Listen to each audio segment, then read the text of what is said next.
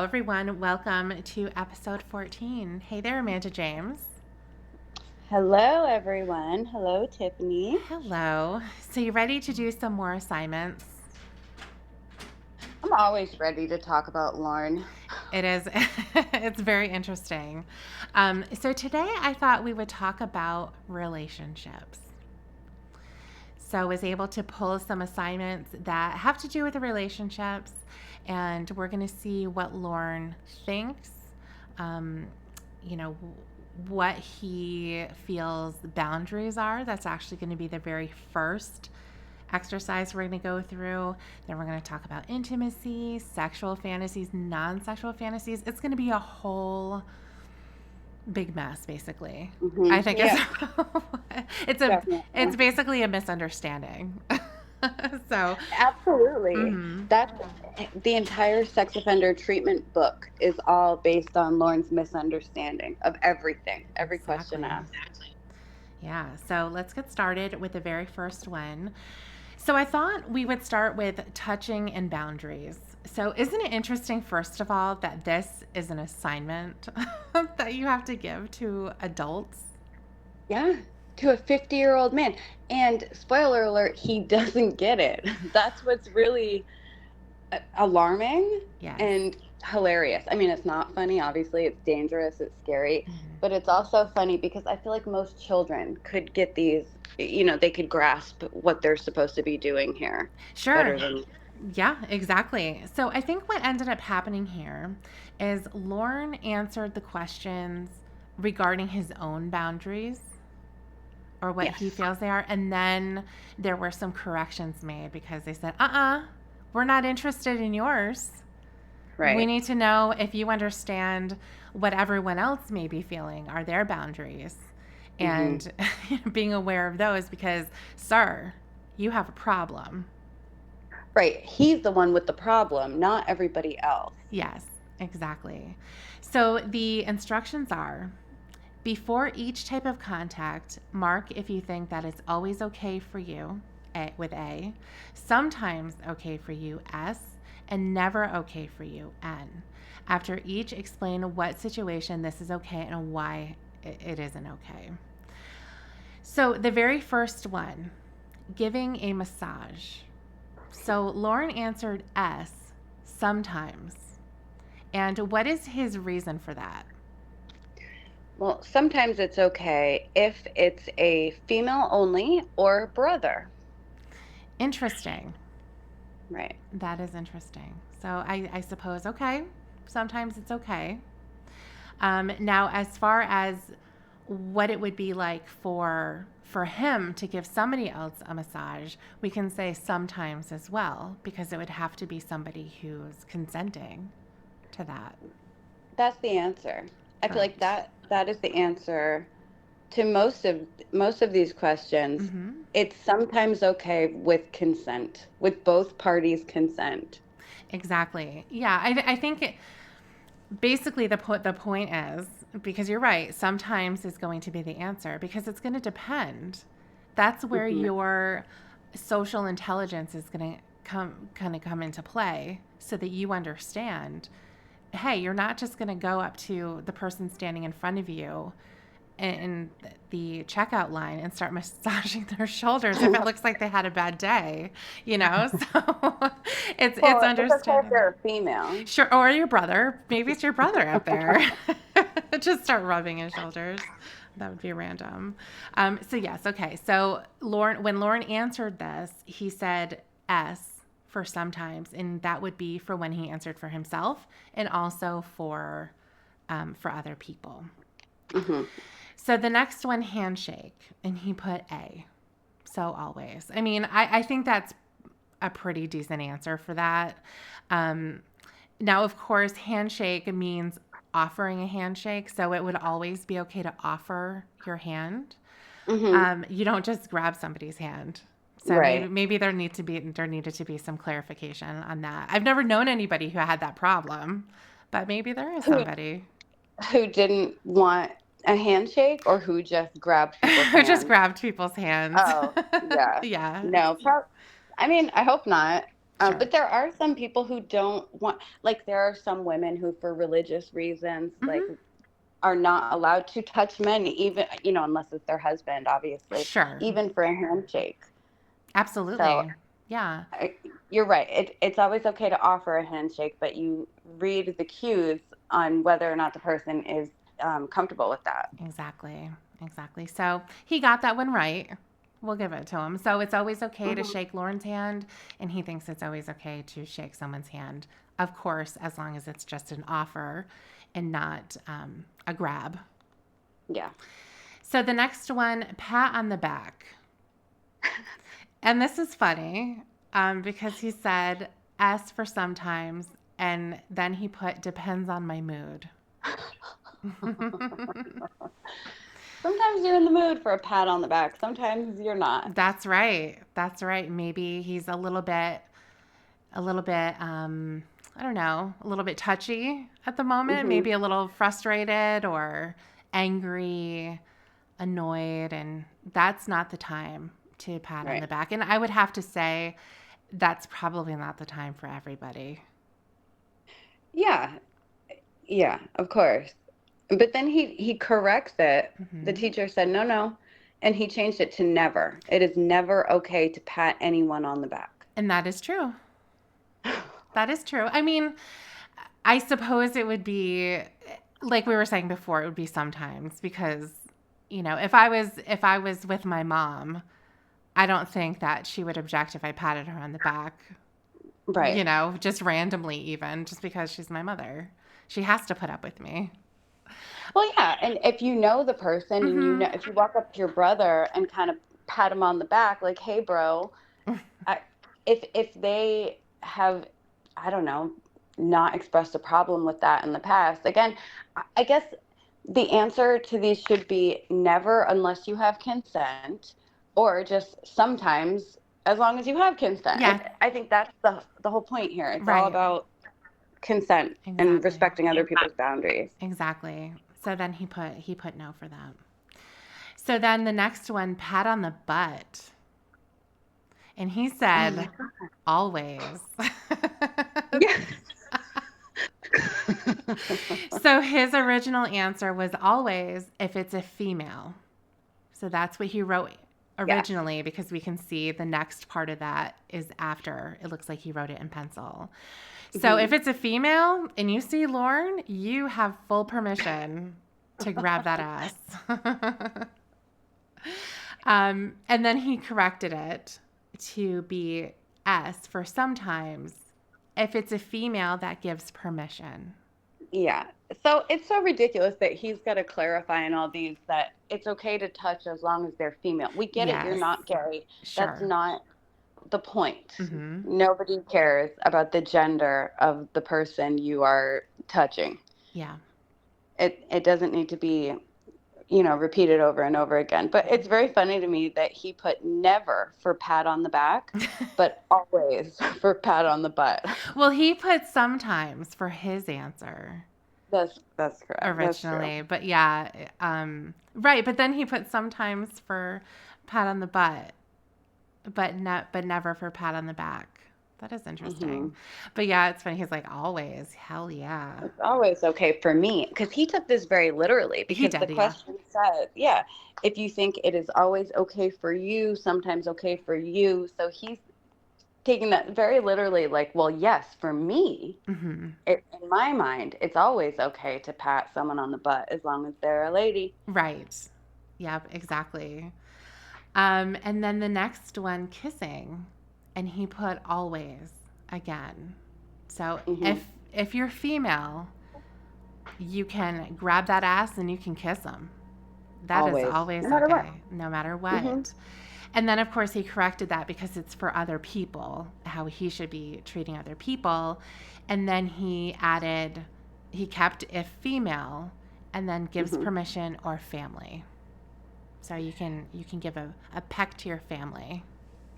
Without their permission, apparently, as long as they're female, you can kiss your Yes. family. Mm-hmm. As you don't need to worry about consent or anything, Yes, which that is a dangerous thought process for old Lauren. it is. Yeah. the consent word should be always a flashing red sign. That should be in front of pretty much everything, I think. Right. Yeah. So the next one, hugging, and he answered always for himself, and then he didn't correct it. So he thinks that hugging is okay. And he said, go ahead. Oh, again, if we're looking at his original answers before they're corrected, hugging is always okay, but a pat on the back is only sometimes okay. Right, exactly. And of course, he put if you're a female or a family member or a close friend. Now, hugging is different. Like, I'm not a hugger. So even with my friends, I'm not the one who's going to just automatically hug people. Now, if someone comes to hug me and they are a close friend or somebody in my family, that's fine, but I'm never the one who's going to just come up and hug. So I'd rather not, basically, is what it comes down to. But I also don't make it a scene either. But, you know, certainly if it's somebody that I know I'm close to, but I'm just not that type. But I know other people are. You know, they're very much huggers. Right, but if you're not, then I mean, that's kind of what matters. You know what I mean? Exactly. Like, Yep. So everybody has to be comfortable here. exactly. So when it comes to boundaries, that's how you get to know people. And that's, you know, that's important to know what other people's boundaries are, not just being a female or a family member or a close friend. It's if somebody wants you to hug them. Exactly. It's not always okay to hug a family member or close friend. Yeah. Exactly. It's like a lot of times relatives will see children that they're related to and say, "Oh, come give Uncle Mike a hug." And the kid does not want to. They're not comfortable, and the parents will be like, "Go hug your uncle." Yeah. You know, it's not always okay just because you're related. In fact, sometimes it is extremely inappropriate, you know, Yeah. in certain situations. Yeah, definitely. Definitely. So the next one we have holding hands, and Lorne put always, of course. He's so romantic for himself. And he put if they're female. So if you're female, you can hold Lorne's hand as well. Then he crossed that out, made the correction, and put S for sometimes. Because then, of course, he had to add with permission or his mother. So he can hold hands with his mother. I don't feel like his mother would hold his hand. Do you? I don't think so either. She'd be like, "Lon, what the fuck are you doing? You drunk?" She'd be swatting him away. Yeah. Yeah. The next one, touching genitals.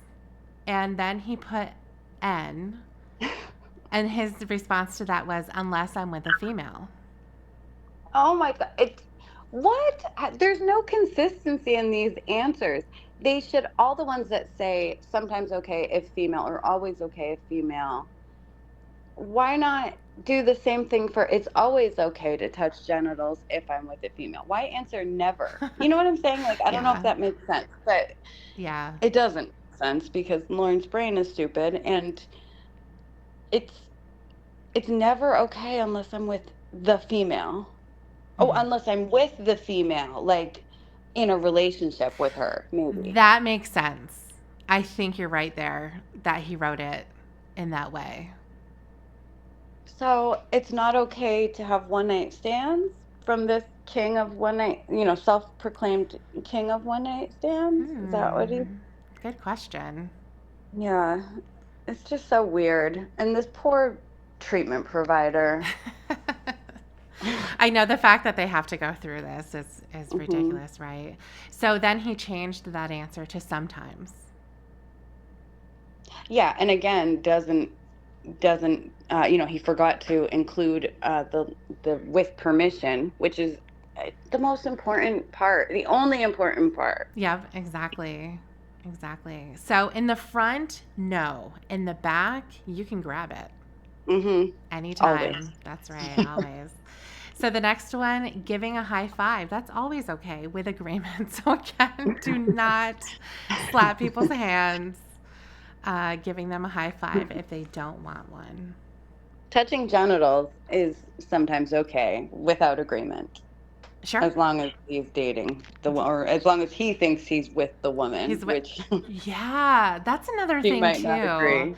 That's another thing too that has come up in phone calls where he has to establish a sense of ownership over his woman's genitals. Oh, I know. So It that would started with be. Kayla. It started Oh with no, it did. Kayla. Did it? Well, I thought it did, but Well, now he I'm thinking it gave was just. ownership to her. Oh, that's right. So I Yeah, think, it did. maybe he didn't come right out and say it the way he has later on, but he certainly implied that by like, well, if mine is yours, then guess what happens to yours? Right, of course. Yeah. And then the next one, bumping into someone, and he put N, because it's never okay, and he hates when that happens. Okay, the correct answer, I'm assuming, should have been because I would imagine there are perverts in this class who like would use bumping into someone as an excuse to touch them. Mm-hmm. You know what I mean? Oh And yeah. I think that is kind of the point of the question here, because nobody bumping into someone usually isn't an intentional thing. It's like saying, is it okay to slap somebody in the face Mm-hmm. intentionally? Mm-hmm. Probably not. Right. No, it's never okay. But again, I think he just missed the entire point of the question here because he hates when that happens. It pisses him right off.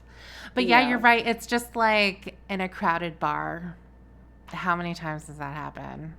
right, Oh, exactly. yeah, I didn't mean to rub against you. Yeah, Hmm. I know. So yeah, so sometimes that's okay according to Lord. But yeah, these were funny. These were funny. Okay, so then there are some other questions here.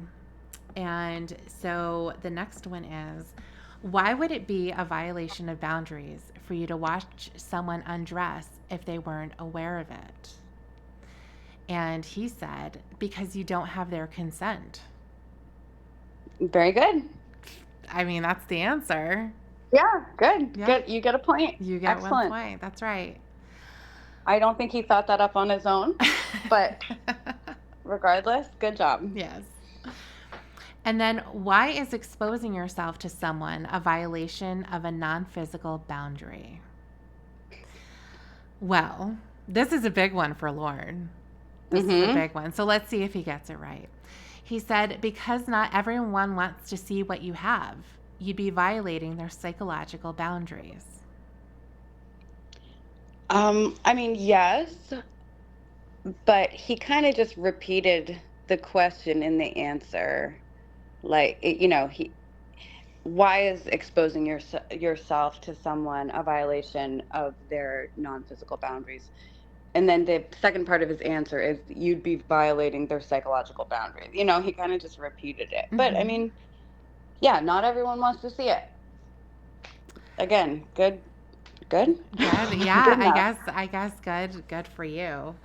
Um, wish he would have known that before. Hmm. You He doesn't know. really care. I mean, Yeah. in Lauren's mind, if you don't block him and call the cops when he does it, then that means you must want to see it. Right. And then also with his girlfriends, he sends a ton of photos. Hmm. A ton of photos, videos when he's able to. And even when he's sending something that is like sending assignments or he wants to show you something that's sitting on the table, what's peeking in there at the bottom?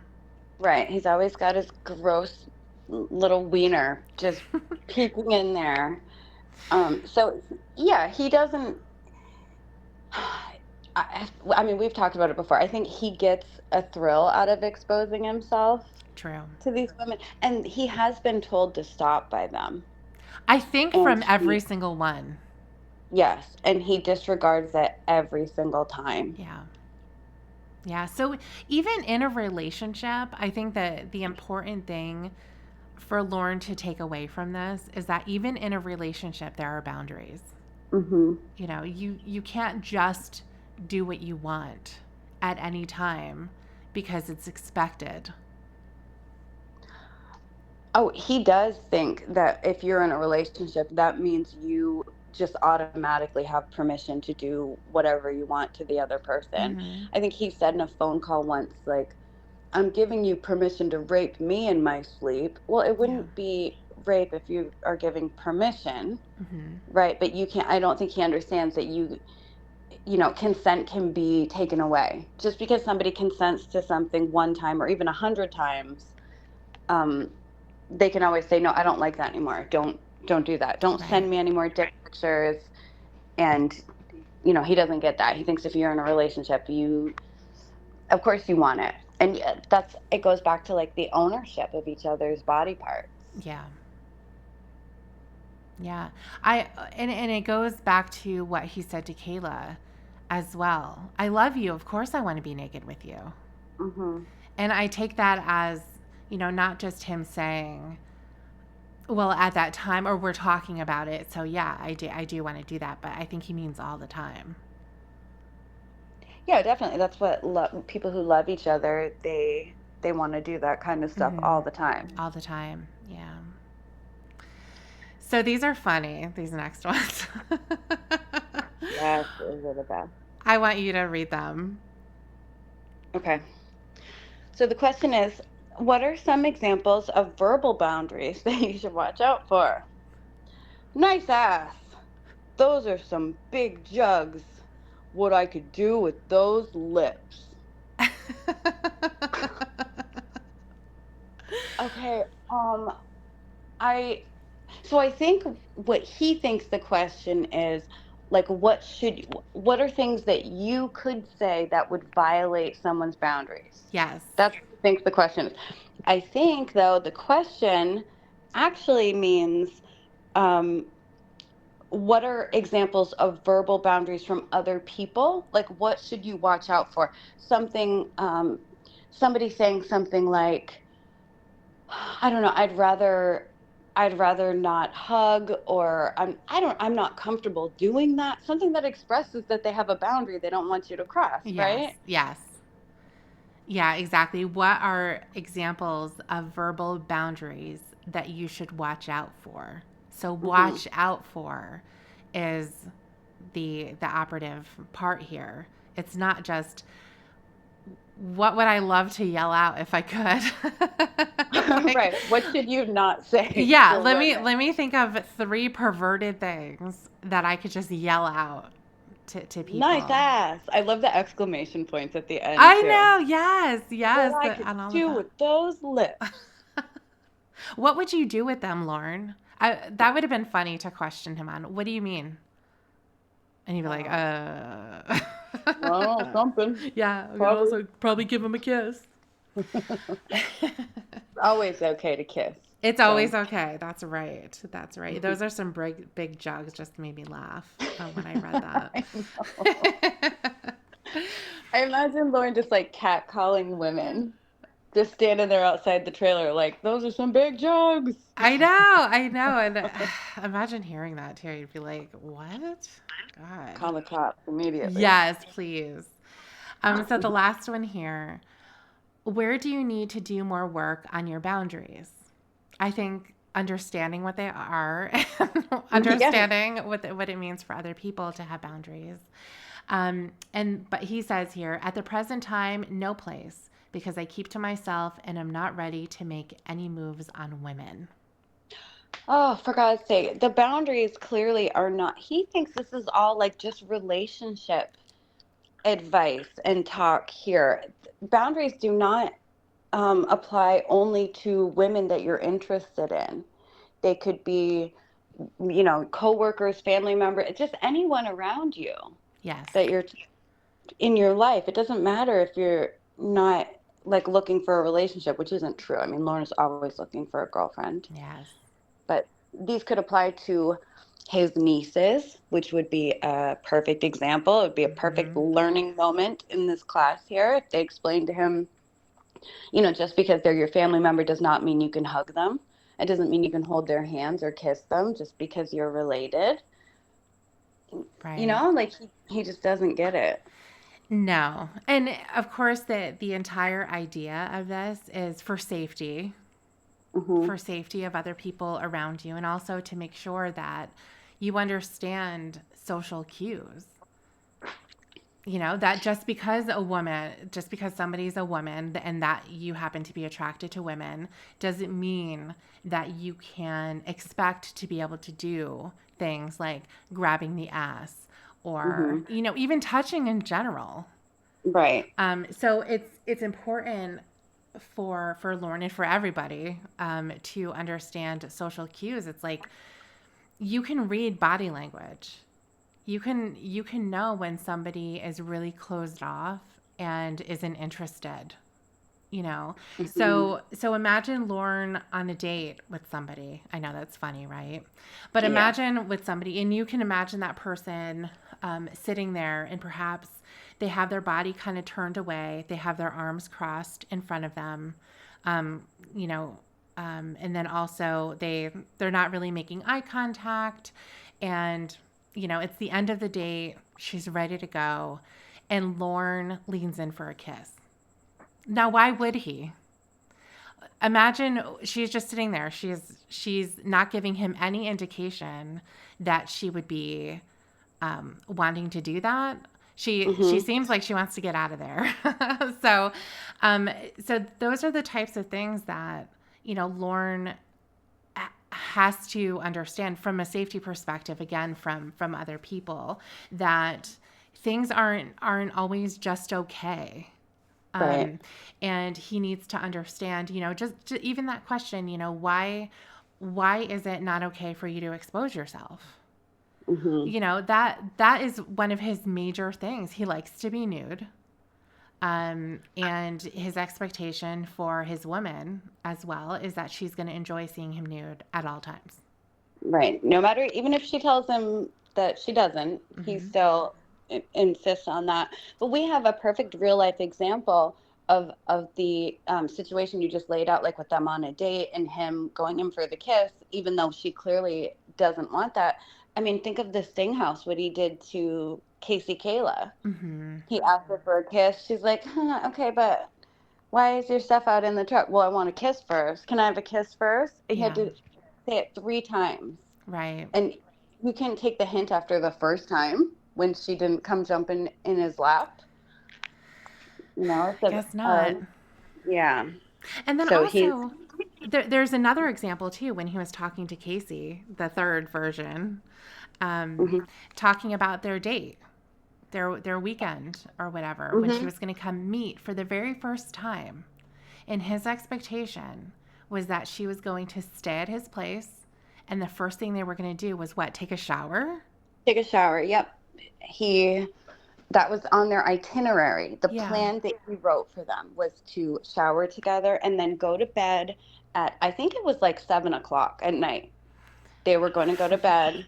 Right. And he never asked her, where you feel comfortable sleeping. He just assumed that they were going to share his bed. And Yes. even when she was like, well, you gave him a very clear verbal boundary, Mm-hmm. as far as like examples in this assignment go. She gave him a very clear verbal boundary when she said, well, am I going to sleep on like the air mattress, or which anybody else could understand that means she wasn't comfortable sleeping in his bed. That's what she was asking about, other Right. sleeping arrangements.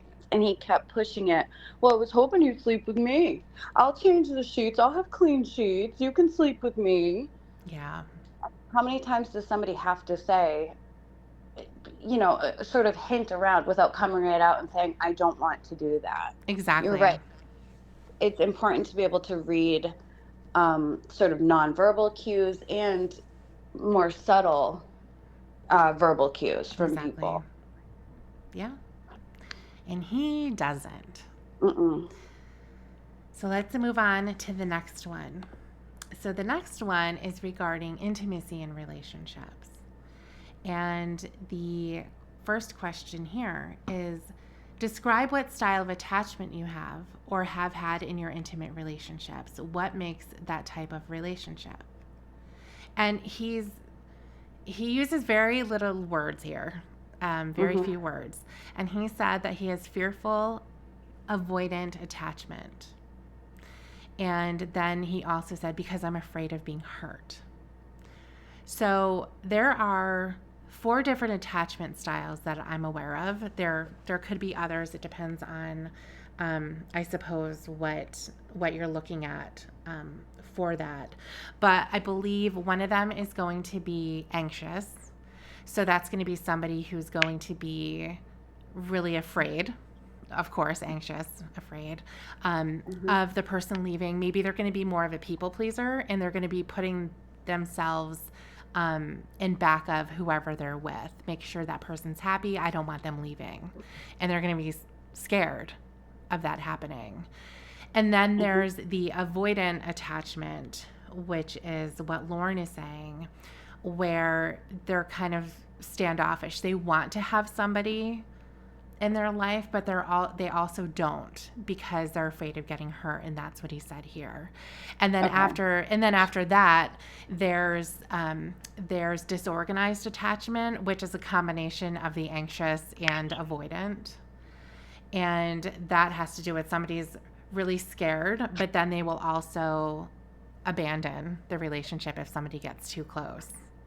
So Mm-hmm. they're scared of the person leaving. They want that to happen, but yet I can't let it happen. And then there's the final one, which is supposed to be the most healthy, and it certainly sounds like the most healthy, where somebody's secure.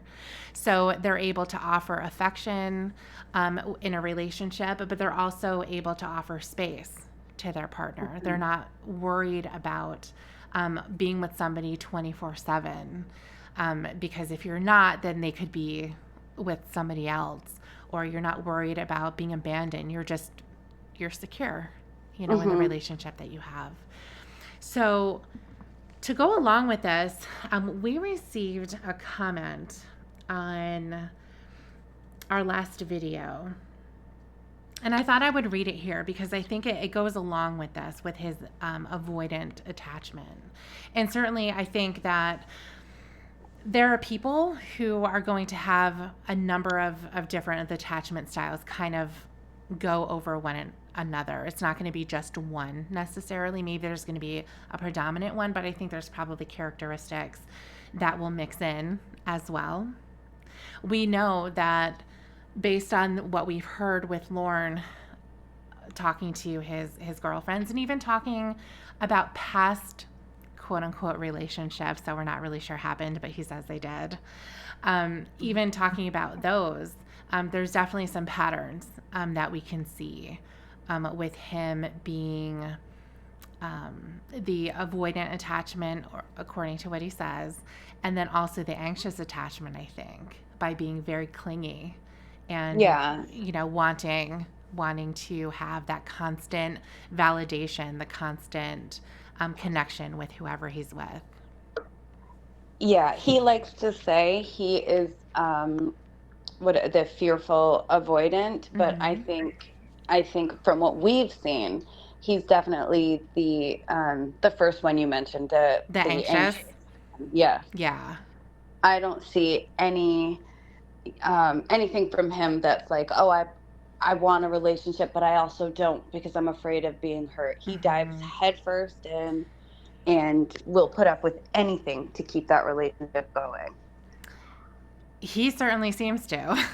Hmm. Yeah, he will put up with anybody. Even the people that would be, uh, I suppose, maybe not the most desirable of people. It's people who are struggling with substance abuse, Hmm. people who are unfaithful. I'm thinking of Hmm. Winnie here, Absolutely. predominantly. Um, Struggle with toilet use. Yeah. yes, are unable to take care of themselves, Hmm. are destructive. They're not law abiding citizens. Hmm. So certainly, that goes along with him being willing to take anybody. And and then also I'm thinking not just with the catfish, but also with Nikki as well. She was, Hmm. from what we understand, she was a recovering or possibly an active meth addict. Mm-hmm. And so she was having trouble there. She didn't have her kids. They were taken away. And so she had an unstable home life. She, she's not somebody, who I guess would be desirable based Right. on that. I think it would be, depending on where she was, certainly with her addiction. But, Lorne's okay with that too. He's okay. He Yeah. was even okay with somebody coming off of the street who was clearly a drug user, involved in prostitution, most likely. And I think that she would have been a conquest for him. So she would have been in danger of being on that property. Yeah, I think he would take anyone. I mean, Winnie proves that he would take anyone. Mm-hmm. Yeah. So, yeah, I think he misdiagnosed himself there with that one. Perhaps. But I wanted to read this comment because they had a lot of things to say, and then we'll talk about it for a moment. So this comes from Cruising Scenes and Taking Beans, and they said, "I'm no expert, nor am I trained in therapy or anything like that, but I would wager to guess that Lorne, among other disorders, suffers from avoidant personality disorder, or at least kind of fits several of the characteristics of this disorder. The narcissism is a front to cover the feelings of inadequacy. He rejects normal social interaction due to this inferiority complex and latches on to any catfish because he thinks the chance of rejection is much lower because he thinks they must like and approve of him to even be in contact with him in the first place. Staying with Winnie or Jamie or any of the catfish would always be the best option for Lorne because to him, no matter what they did, they had accepted him simply by engaging with him. It drove him to go after Kayla and other kids because he would love bomb her, was sure she liked him, and wouldn't have mocked him for it. AVPD is not an excuse, of course, but I bet the number of kids he's chased online far exceeds the number of women he pursued online, and definitely more than IRL. The shame at being rejected is not nearly as intense online as it would be in IRL, and not nearly as intense coming from a child as it would be coming from a grown woman who has notions of what she does and does not find attractive. The man has spent his entire life not doing things because they might prove to be embarrassing and the reason for others to reject him, so much so that he knows practically nothing about the world around him outside of his trailer.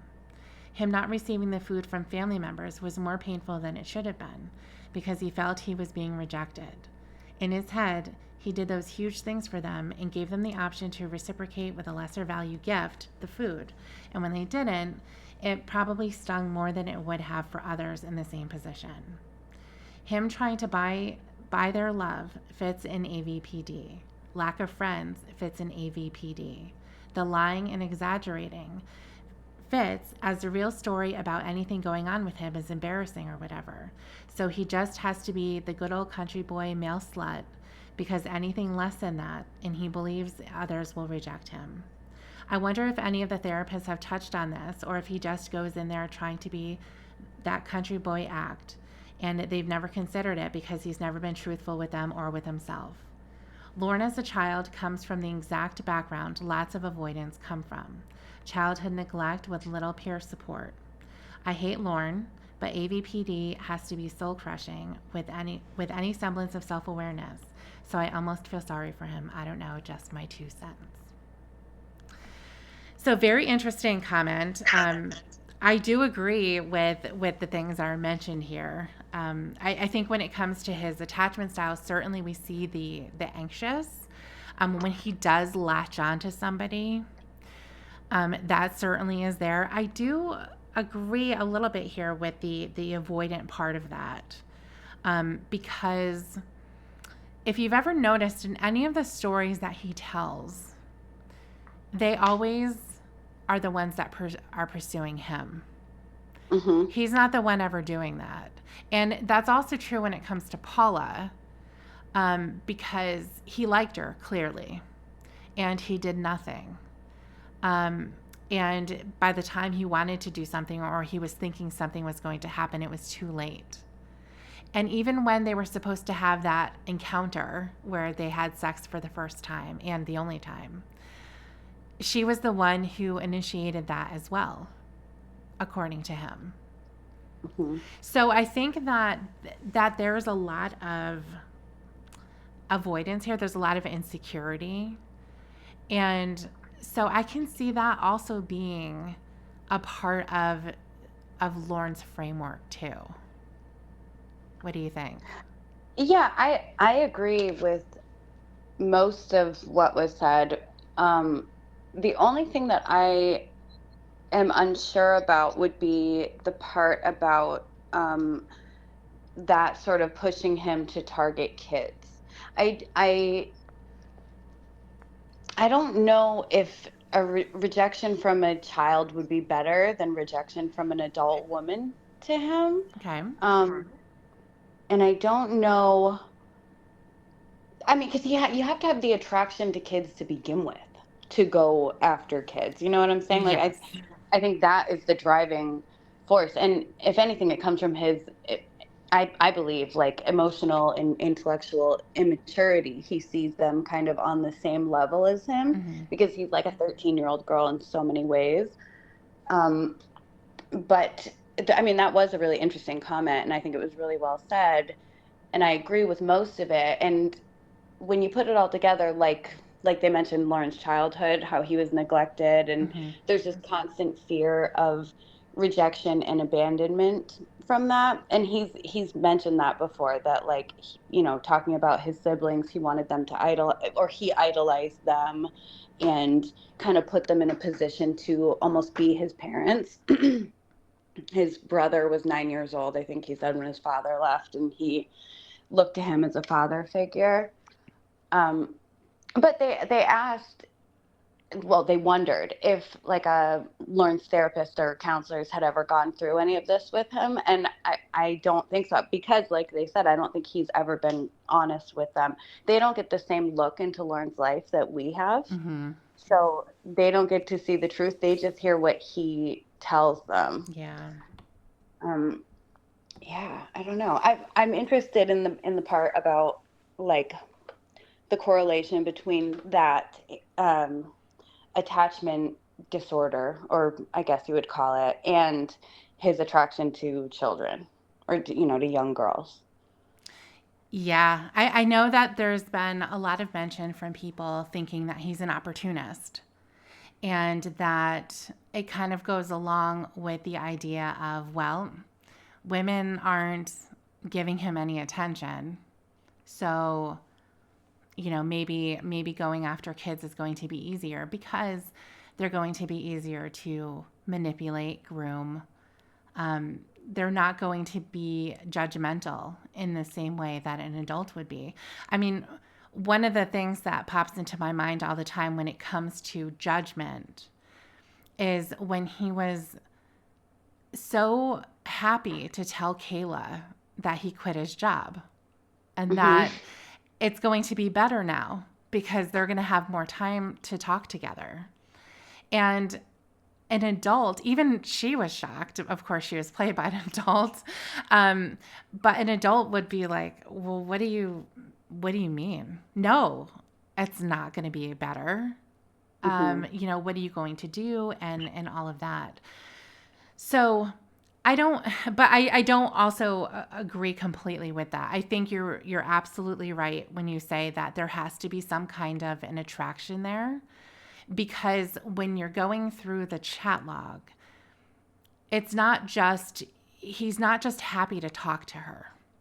Hmm. He's celebrating her youth and her body and what hasn't happened yet in puberty and things like that. He's very much turned on by the innocence of a child. Hmm. So, I don't think that it's just an opportunity thing. Certainly, I don't know where this came from for Lauren. I don't know where this came from, where it would have started, what could have triggered that to happen.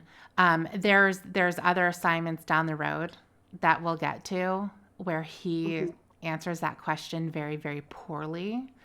But he doesn't know either. He doesn't know. I mean, think about the things that you find attractive. Do you know where they came from or why they're there? Mm-hmm. I certainly can't answer that question for myself, you know?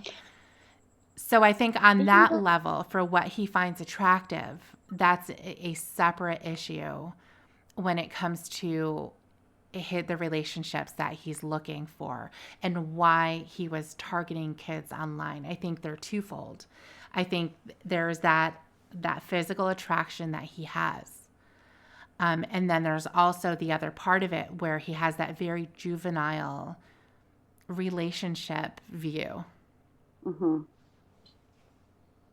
Yeah, I mean, I know. I wonder if he just kind of never grew out of liking teenage girls. That's when he started liking girls, I would assume, is around, 12 or 13 years old. I think that's probably when most people kind of start being interested in whoever it is they're interested in. And he just never grew out of it. He just stayed there. Like he said to Casey, or I'm sorry, like we found out in the psych eval, he still fantasizes about the girls from high school in their high school form, Mm-hmm. in their high school bodies. That's just the thing that he likes, I guess. I don't know. It's kind of scary to get into the psychology behind it. Isn't it? Yeah, it is. It definitely is. I mean, that was an excellent comment. So thank you so much for sharing that.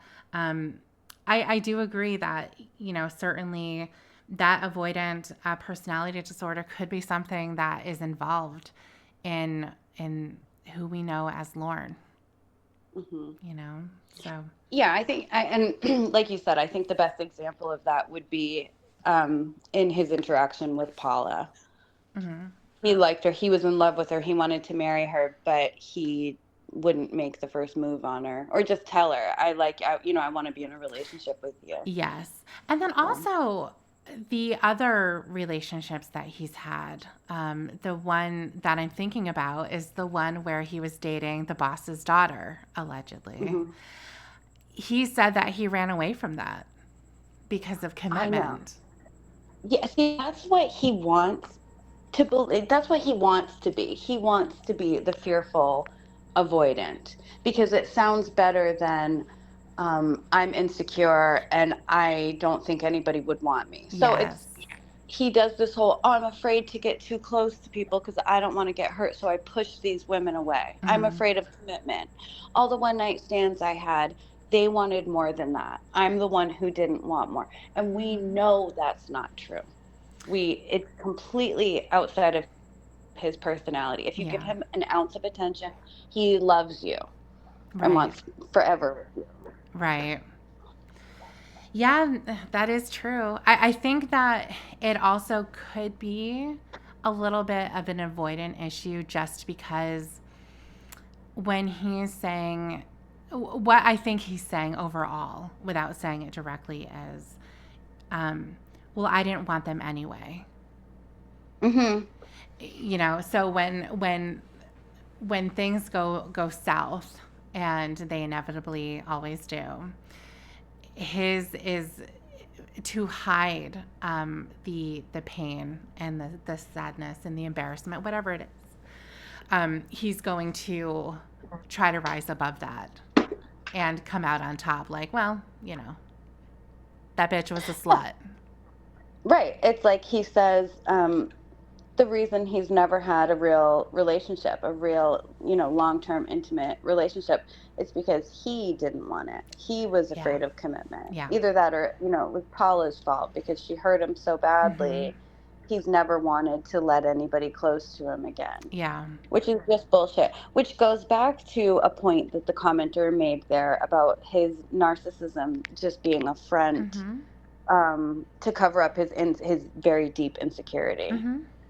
Yeah. Yeah, I don't think he's truly like narcissistic or he truly thinks he's worth anything. This is a conversation that's come up a few times recently. Yeah. I don't think that he truly thinks that he has anything to offer anyone. I think he does know that he's not a very desirable bachelor, and he, that is painful to admit. That's embarrassing to admit. So he's Mm-hmm. going to go the opposite way Yeah. and say, "Oh, I have no problem getting a good-looking woman." Sure. Yeah, absolutely. So now the next one is describe your most intimate relationship, past or present.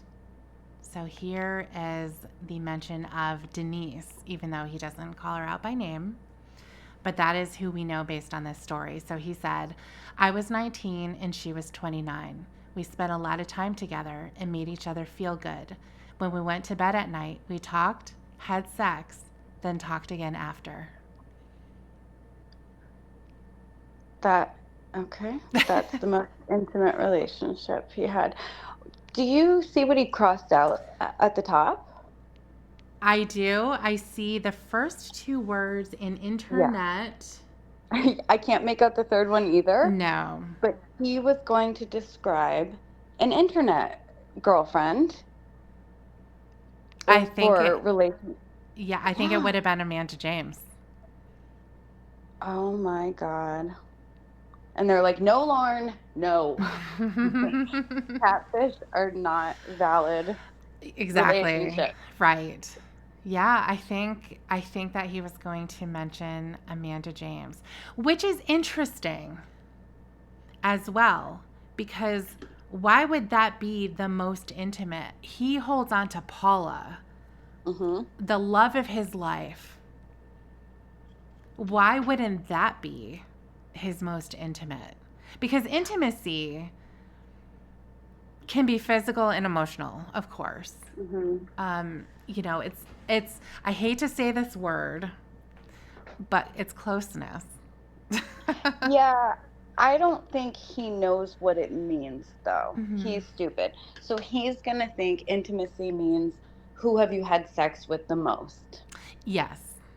Yes, And that, exactly. Yeah. So if he were to say his most intimate, though, I would have to say it's Paula. well, you would think so. Yeah. Like you said, she changed his life Hmm. in his own words. He stayed in love with her for 25 years. She broke his heart. They spent so much time, they spent 6 months together nearly every day. They gave each other, all this attention. He cared so much about her. So, yeah, you would think so. But it's a trend in these answers. He doesn't understand the definitions of words. True, true. Um, So, I mean, it must have been amazing. I mean, could you imagine going to bed at night having sex? No, I'm sorry, talking, having sex, and then talking again. Pretty intimate. It sounds like, I mean, you know, it doesn't sound like the sex would have been mind blowing, right? Oh, gross. I don't even know. I think Sorry. it's also worth mentioning that this woman was 29 years old and Lauren Hmm. was 19. Yeah. So you kind of got to question, what do a 29-year-old and a 19-year-old talk about in bed after having sex? Well, according to the trend that Lauren has had with women, is that he was helping her with her problems. Hmm. So that's what they were Yeah. they were talking about. Yeah, it's good that he, at 19 years old, was equipped to help this, adult mother Yes. with her problems. Right. Right. All right, let's see. What else do we have here? What type of attachment style are you most comfortable with, and what attachment style would you like to have? Okay, so he mentions here the fearful avoidant. Fearful avoidant attachment is what he's most comfortable with. So, like you were saying before, I think that this answers that. What is he Hmm. most comfortable with? Because that's going to be a protection to be avoidant. Yeah. And then he said, I would like to have secure attachments, which is the most healthy of all of them, which he has yet to achieve with really anybody. Because even when it comes to his attachment style with his family, he does not have secure attachments. No, absolutely not. I don't think he even really wants to have secure attachment. He just wants, he thinks it's up to his partner to make him feel secure. Yes, you're So absolutely right. he just wants them to comply with everything that he demands. Don't talk to other men, don't have other friends, let me isolate you, be best friends with my mother, Mm-hmm. all that stuff. It's up to them. Right. So then the last one here, what is your level of self-esteem and what is your sociability level? Now, I don't know what these mean. He says positive/negative. I'm assuming that means self-esteem. Sociability level, negative/negative. He obviously was going through this with the counselor, I think. So he Hmm. wasn't giving much of an answer. So he was writing down whatever was pertaining to how they were going over it versus writing out a full sentence. So I don't know what this means. Yeah. So let's see what the next one is. Love, sex, and friendship. So here are the questions. Is there such a thing as love without sex? If yes, give some examples. So Lauren said, yes, there is such a thing. And loving a sibling is an example of love without sex. And that is an example. They said Mm-hmm. give some examples, and he gave one. He gave one, yes. He gave kind of an Uh, obvious one. right. Um, but I mean, there's also like you can have romantic love without sex as well. I mean, think of when people, married couples get old. Mm-hmm. They still like I don't know, maybe old people have sex. I don't know. But Well, I as think some yeah, we won't go there. Go I ahead. know. Well, right. um yeah, but it's possible obviously to be in a relationship, a romantic relationship with someone for a long time, and then sex, it just isn't really important. You love each Mm-hmm. other. Mm-hmm. So that would be another example. But of course, all Lauren can think is, well, my brothers. I don't want to have sex with my brothers, Right, or but I my love mom, or them. something like that. Yeah. So instead of mentioning like what would something a little bit more, of an answer that would take some deeper thinking. He doesn't do No, that. no. Well, he's certainly not capable of deeper thinking. That is So, true. So how do you show your love for someone without using sex? So here's what Lauren has to say: by closeness, such as hugging, playing with her hair, and close conversation. So, are you disturbed by playing with her hair? always, Yeah. always. Where did that come from? That is, he cares too much about the hair. That's gross.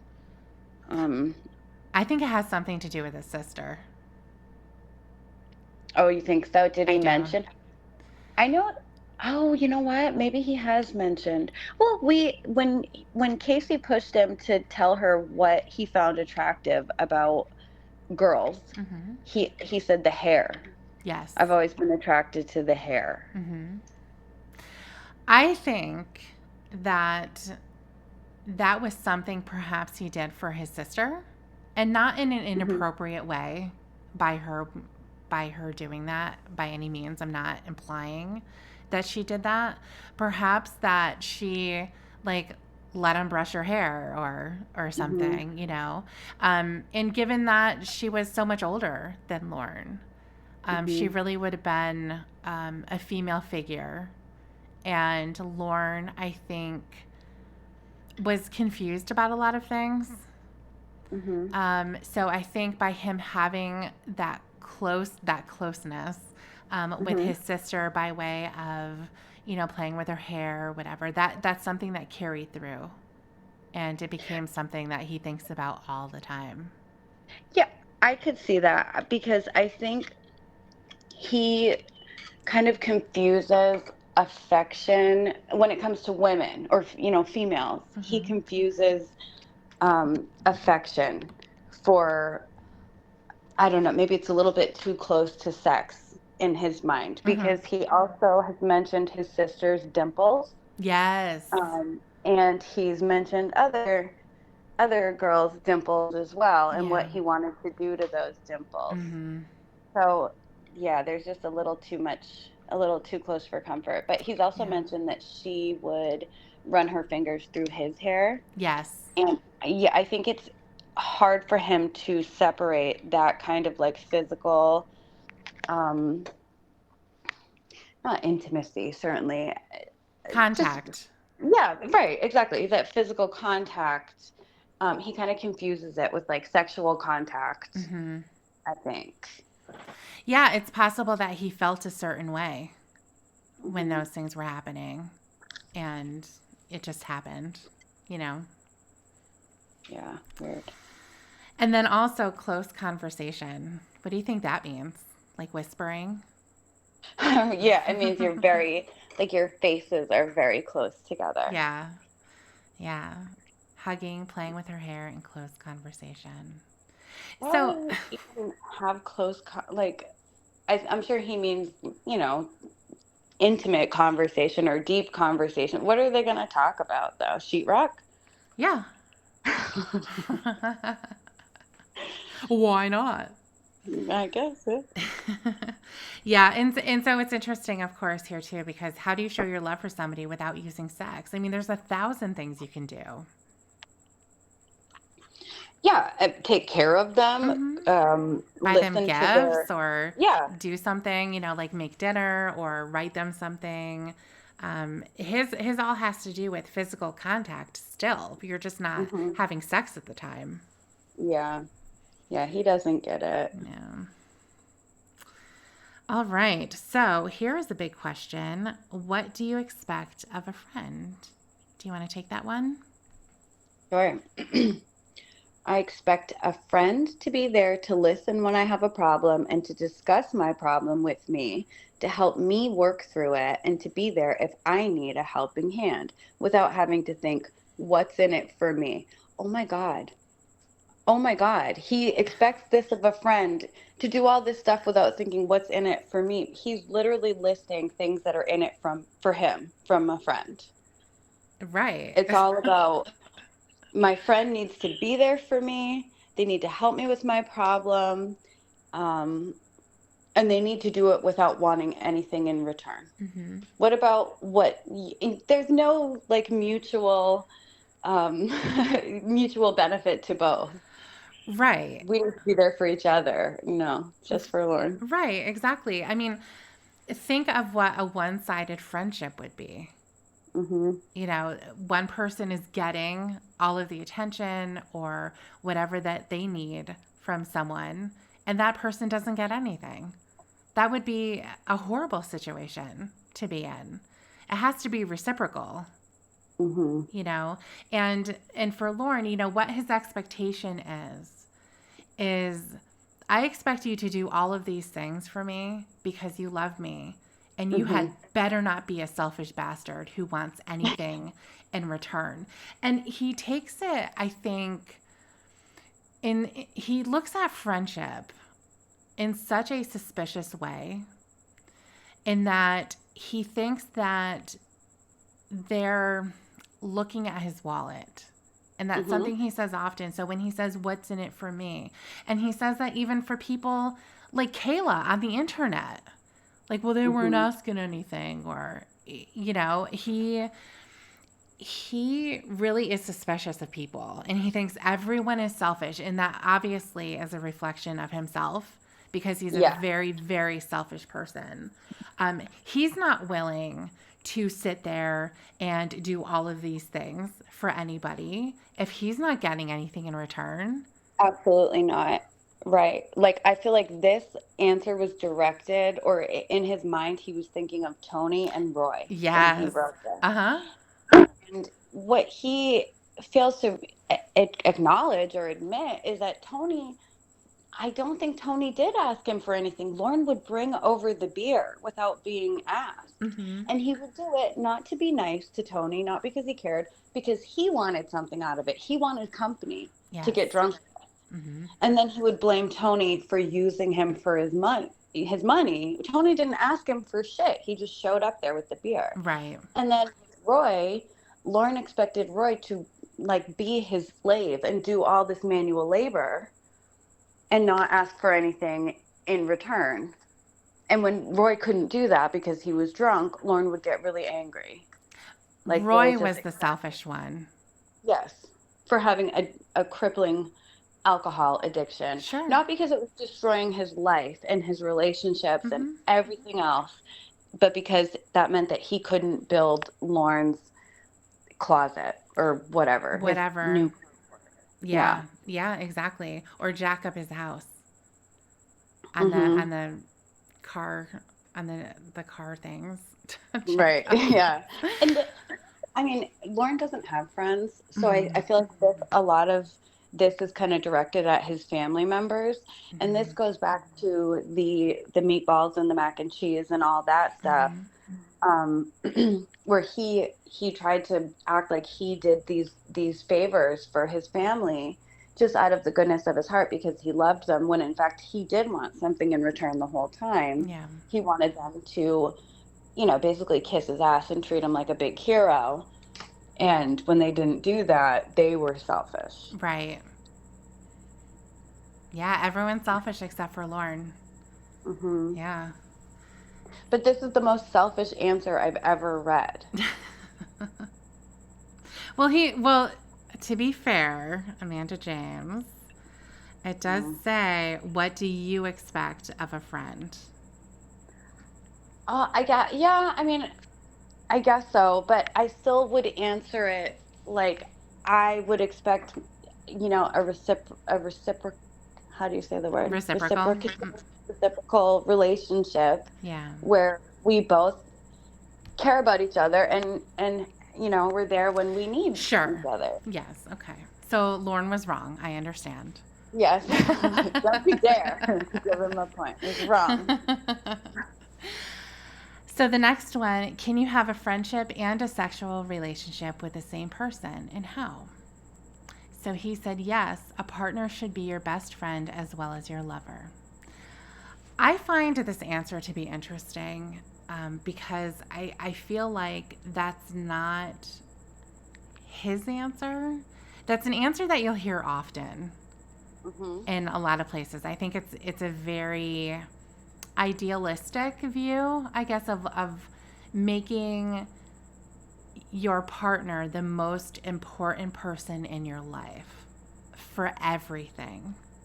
Yeah. And I don't think that has to be true. No, and I think it's often not really Mm. the case because if your partner is your best friend, here's the true test. Are you still going to be best friends after you break up? Probably not. That's an You know? excellent test. Yeah. Yeah. Yeah, you're And right. Lauren, in his way of thinking, that his partner should be his best friend. I think what that means to Lauren is you can't have any other friend. You can't be close with anybody but me. True. It's a way of isolating her and putting ownership on her. Yeah. And just think of how Lauren treated his best friend. This kind of goes back to the last question that we've already moved on from, but it just struck me. Emma was Lauren's best friend. Mm-hmm. And how did he treat her? Everything was, do this for me, Emma. Yes. It was, give me this information I want. I need you to call this one. I need you to do that. I need you to drive to Las Vegas Mm-hmm. to pick up Winnie outside a casino. I Yeah. don't care that it's the middle of the night and it's however many miles away. She was there just to do his bidding, essentially. Right. Go get balloons. Go get Hmm. flowers. Go put money on Winnie's books so that she can call me Yes, over and over again. over and over again. Give Winnie $100 so she can be on the phone with me. Give Yeah. me money because I'm in jail. Give Yes. me money so I can call you, Yes. so I can call Winnie. Yep. And when that didn't happen, what did he say? Thanks for screwing me, Winnie. Mhm. He was pissed that that money did not arrive. Mhm. He was really, really angry. Yeah. Yeah, so you're absolutely right too when you say that it's a form of isolation and it's placing him in front of any other friends that you have. Mhm. People that you could have known your whole life, that you grew up with, you have a very strong bond with. But once Lauren is there, they need to step aside. And you had better not defend that person to him. Right, exactly. He has to come first. He has to be before anyone. And it's easy for him to put his girlfriend before anybody else because he doesn't have any friends. So True. it's True. easy for him to say, "You're the most important person in the world to me. I don't care about anybody but you." Yeah. But we see, I feel like it's best, that part of him is sort of best shown in the robot relationship because she has her two best friends, and he is so disturbed by the Mhm. fact that she is so close with those two people. He wants all that for himself. Do you mean Will and MJ? Will and MJ, yes, without ever considering that he is trying to isolate her from the only people in the world that she has. The robot story is kind of sad because she doesn't have a family at all Mm-hmm. Mm-hmm. in, in the storyline. She doesn't have parents, nobody. The only people in the entire world that she has are Will and MJ, and he wants to completely isolate her from those two people. So she's 100% reliant on him. Well, the one thing that I will say about those two people is that she has sex with them. Hmm. So I think it certainly adds on another level. We can talk about it all the time too about how Lorne is involved with a porn star Hmm. in Jamie, and somebody who wouldn't be able to handle their partner having sex with others, not only just on a recreational level, but on a professional level too, where it's expected to happen.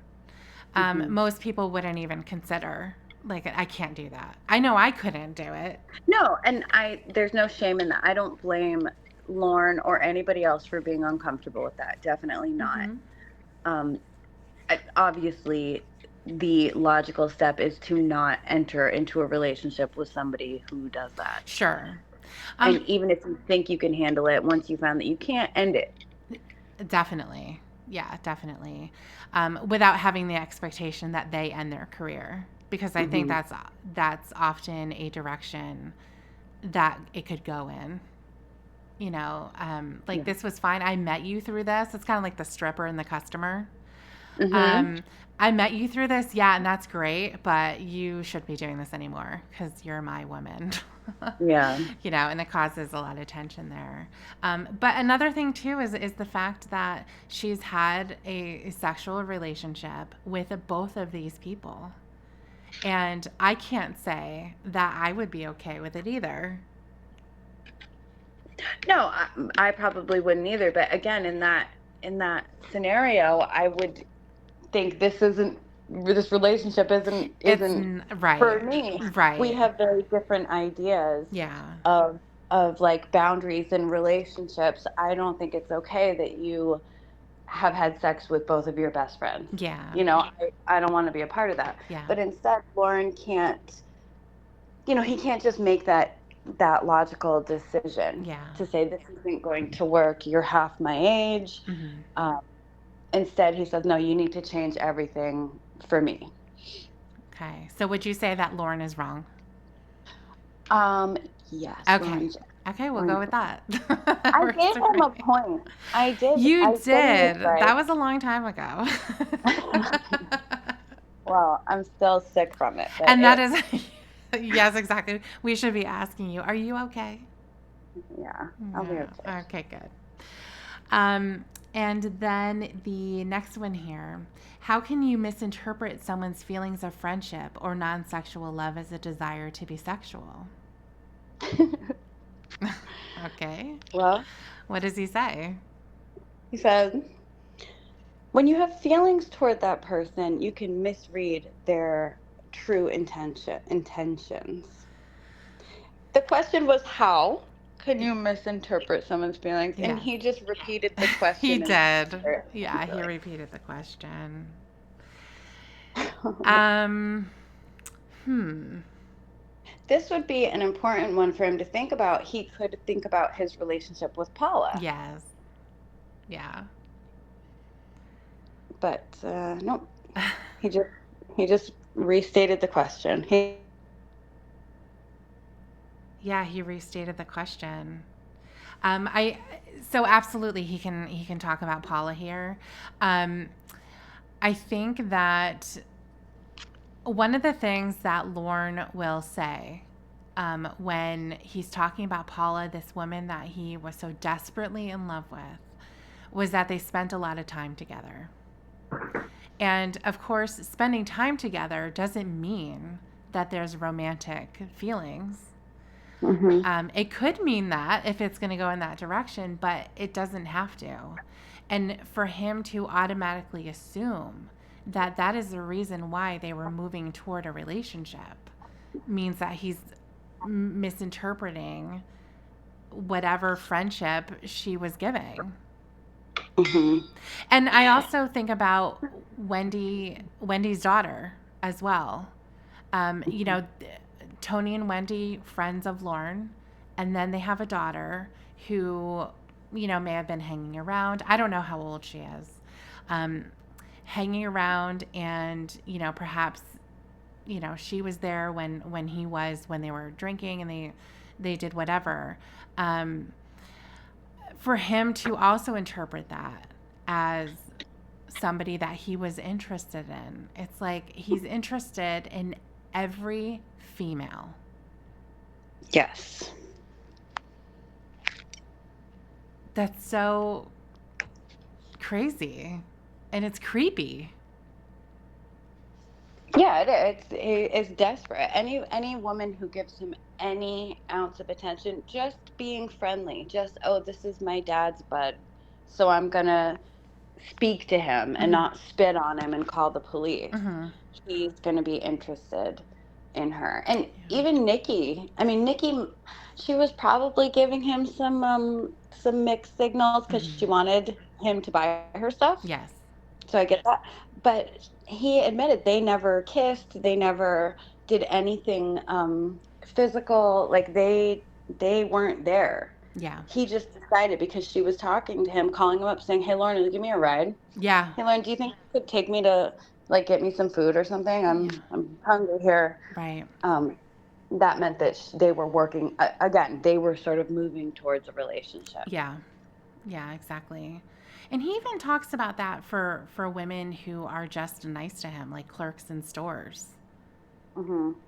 You know, they all of a sudden become somebody that he's he's thinking in his mind anyway, fantasizing about Yeah. being in some kind of relationship, dating, or oh, they're interested in me because they remembered me from last time or something like that. I think it was you who told me, or someone told me there's a call where he's talking to Winnie and he's very drunk and she's making him jealous with another guy. And he said, "I'm hanging up and I'm calling Rebecca." He threatened her with that. Yes. And then I found out that Rebecca was his bankruptcy attorney. Yes. Yes. Exactly. And you know, I'm thinking about that. You know who just popped into my head too is Allie. Oh, yes. This is a Yeah. professional who had to engage with him on a personal level, you know, because she's having to talk about his issues and stuff like that, but still on a professional level.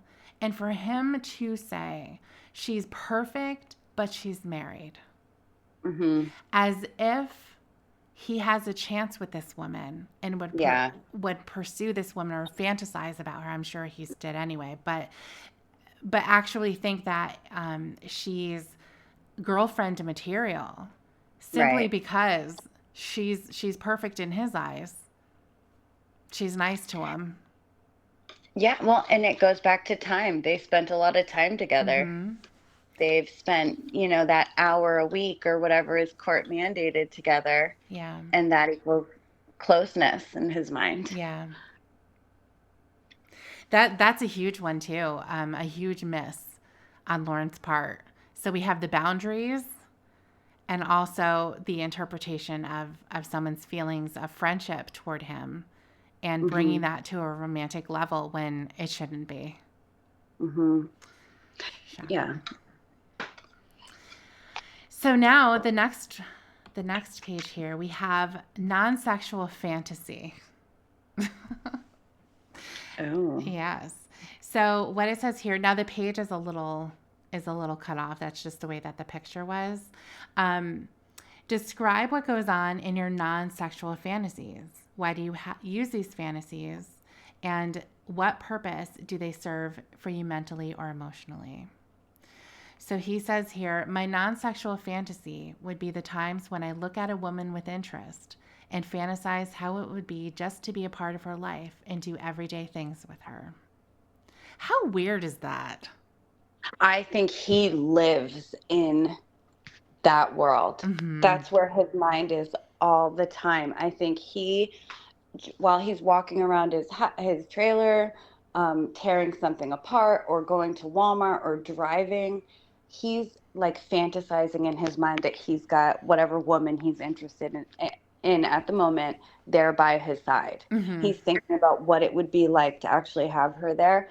And I think that is evidenced by like the pictures that he sends to his girlfriends when he was talking to Casey, the newest Casey, while he was driving truck. He would take dozens of the most boring, pointless pictures and be like, look, baby, there's a tree there. Look, baby, take a look at this. I thought it was pretty. I thought you might like it. She was on his mind constantly. Yeah. And he would talk about like, things they were going to do once girlfriend finally got up there. They're going to burn trash in the backyard together or whatever. It's like a way to combat the loneliness. And he would come up with these very like descriptive, detailed fantasies about what they were going to do together. Yeah. So it's weird. But I think that is true. I think that I'm going to give Lauren a point there. I think that was an honest answer. That's what he would do. Just think about what it would be like to go to Walmart with her. Yeah. Well, I think what's interesting here, the way that I read this too, and you're absolutely right. When he's thinking about his girlfriends, he fantasizes about what regular life is going to be. And it's not just a matter of hopping into bed together. It's about doing the boring things of life, and having this person by his side. But the way that I read this too was him looking at a woman with interest. So this could be a complete stranger. Oh, that's true. That's weird. That is weird. So imagining, for example, if he's at a store grocery shopping and he sees a woman grocery shopping as well, and he's imagining that that's his wife or whomever, and they're shopping together and they're going to go home and make dinner and have their life together and dream about what that house looks like. Like, I wonder if that's what he thinks about. That's kind of how I read it. Yeah, that's the way it's worded. When I look at a woman with interest, not when I'm interested in a woman or when I'm talking to a woman, dating a woman or whatever. Yeah, that's weird. I didn't think of it like that. That makes it extra creepy. It makes it extra creepy. It makes you appreciate that you never have to be in Lauren's eyes. Yes. Oh, no. Another thing I think a non-sexual fantasy he has is fantasizing about the relationship between his mother and his girlfriend. That is very true. That is very true. So we can talk about that. I'm just going to get through the rest of this and what he says here, because I think you had mentioned this too. So we'll get through this and then we'll talk about that, because I do have a question to ask you. Oh, okay. So what he says is he uses these fantasies to ease my hurt inside of what I don't have but want in my life. So that's exactly what you said too. And he said, by having the fantasies, it helps me both mentally and emotionally to stay stable in my life and know that I can have what I want as long as I'm willing to work at it. Meaning a Mm. relationship where I don't get scared and run away. No, he lost it. Oh, he was doing good. Oh, man. Okay, so he gained a point. How many did he lose? 100, because he Oh, was doing good. yeah. I mean, I was almost like, okay, good, you're being honest with yourself. He says, I use these fantasies to ease my hurt inside of what I don't have, but what I want in my life. Absolutely, that's what he does. He's lonely, it hurts. So he lives in like this little fantasy world and it makes him feel better for the moment. Mm-hmm. But then he says um, it helps him stay mentally and emotionally stable. No, it doesn't. I don't see how it does. You're just lonely and desperate and you don't have it, so you live in the fantasy of it. Like the fantasy is better than nothing, Mm-hmm. right? Right. um and then he says it helps me to know that I can have what I want as long as I'm willing to work hard at it. Meaning a relationship where I don't get scared and run away. He's never run away. He has No. never ever. Stop it. No. It's Even when going he's back to told to run away, he yes. doesn't. Yeah, even when they try to run away, he chases. He sure does. That's the Yeah. only running. So this goes back to his whole like, oh, it's not my fault I've never had a real, or it's my fault I've never had a real girlfriend, but it's not because nobody wants me. Mm-hmm. It's because I'm afraid. I push people away, Yeah. which is just completely untrue. Yeah. But it also goes back to his answer when he says, "What attachment style do you want?" And he wants that one. He wants the avoidant one where he can get scared and run away because that's the one that says, "I'm being pursued, but no, Yes, but it's me. I it's don't me." Yeah. I don't want it. They want it. They're desperate for me. Exactly. But I said, no, I'm just too fearful avoidant. I can't. That's right. So, I have a question for you. Now, Johnny Utah left a comment with a couple of questions. So I thought we would talk about it now because you brought up one of them. Oh, okay. Okay. So he said, I'd like to hear your thoughts on a couple questions asked on the Temple of Teacup. Number one, what are some examples of Lauren thinking life is a Lifetime movie? Can you think of any? Well, um, yes. I mean, there was an example. I mean, there's a lot of them, right? Like the whole, everything he says about like, well, now I'm struggling to remember. Um, like, I just had one in my head. Well, first of all, he told Kayla in the chat log that he wanted to take her on a picnic and just lay in the grass and hold her and like stroke her hair. Mm-hmm. Which anybody who actually did that would get so bored. Nobody does that. Right. And then the grass is itchy and you've got ants crawling on you. Nobody's gonna actually do that. Mm-hmm. Um, but the way he sort of will try to turn everything into a positive, like um, we're fighting tonight, but at least we're talking. That's closeness. Yeah. Something that like you'd hear in some stupid Lifetime movie. Like, well, Mm-hmm. we're communicating, we're spending time together, and it's all going to work out. It's all going to work out, and love is the only thing that matters. Yes. Um, all of Winnie's problems, her drug addiction. He thought that Roy would stop drinking if he got a girlfriend Mm-hmm. because that, love fixes everything, like in a Lifetime movie. I guess that's the best example. Sure. You know what I thought though? I I remember watching Lifetime movies like as a hangover activity. Mm-hmm. During college, my friends and I would just be laying there basically dead. And we'd have that on. And a lot of Lifetime movies end up in a courtroom.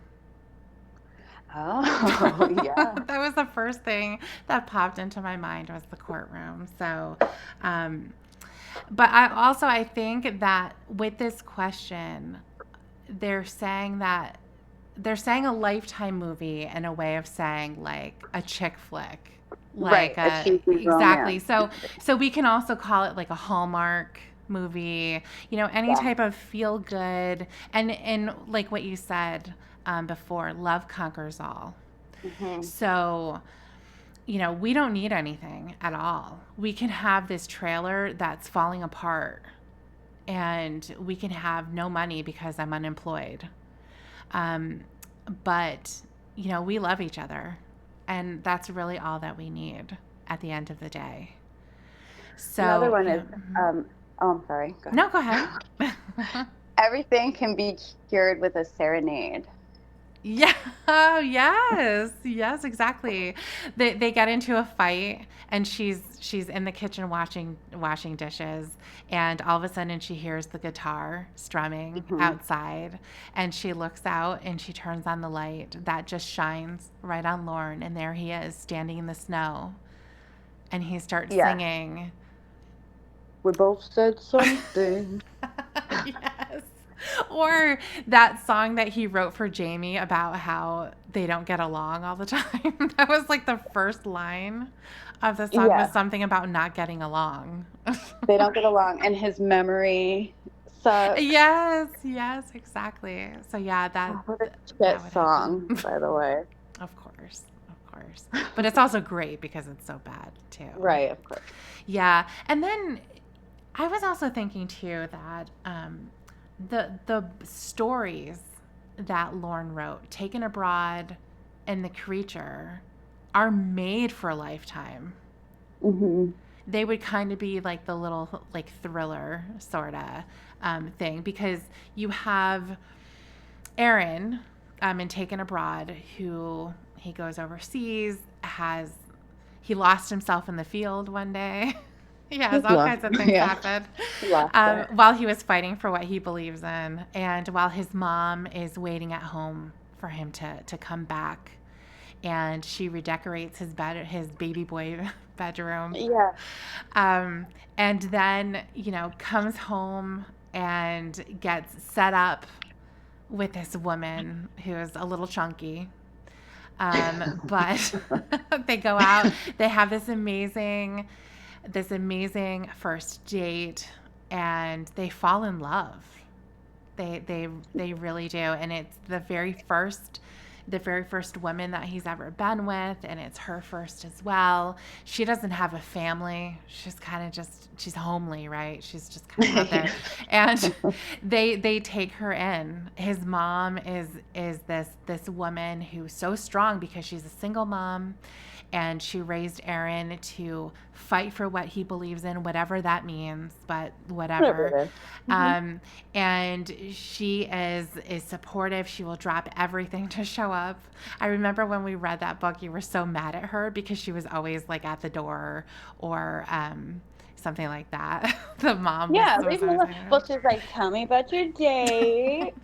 yes, How did it exactly. go? What's her Exactly. name? Are you Right. thinking about Mary? Ooh, she sounds pretty. Go away, mom. I'm a Exactly. grown man. Yes. And then, of course, it ends up at the very end, Brooke has to kill him because Hmm. he just, there's no other way. He's out of his mind. He's killing people. He's dangerous.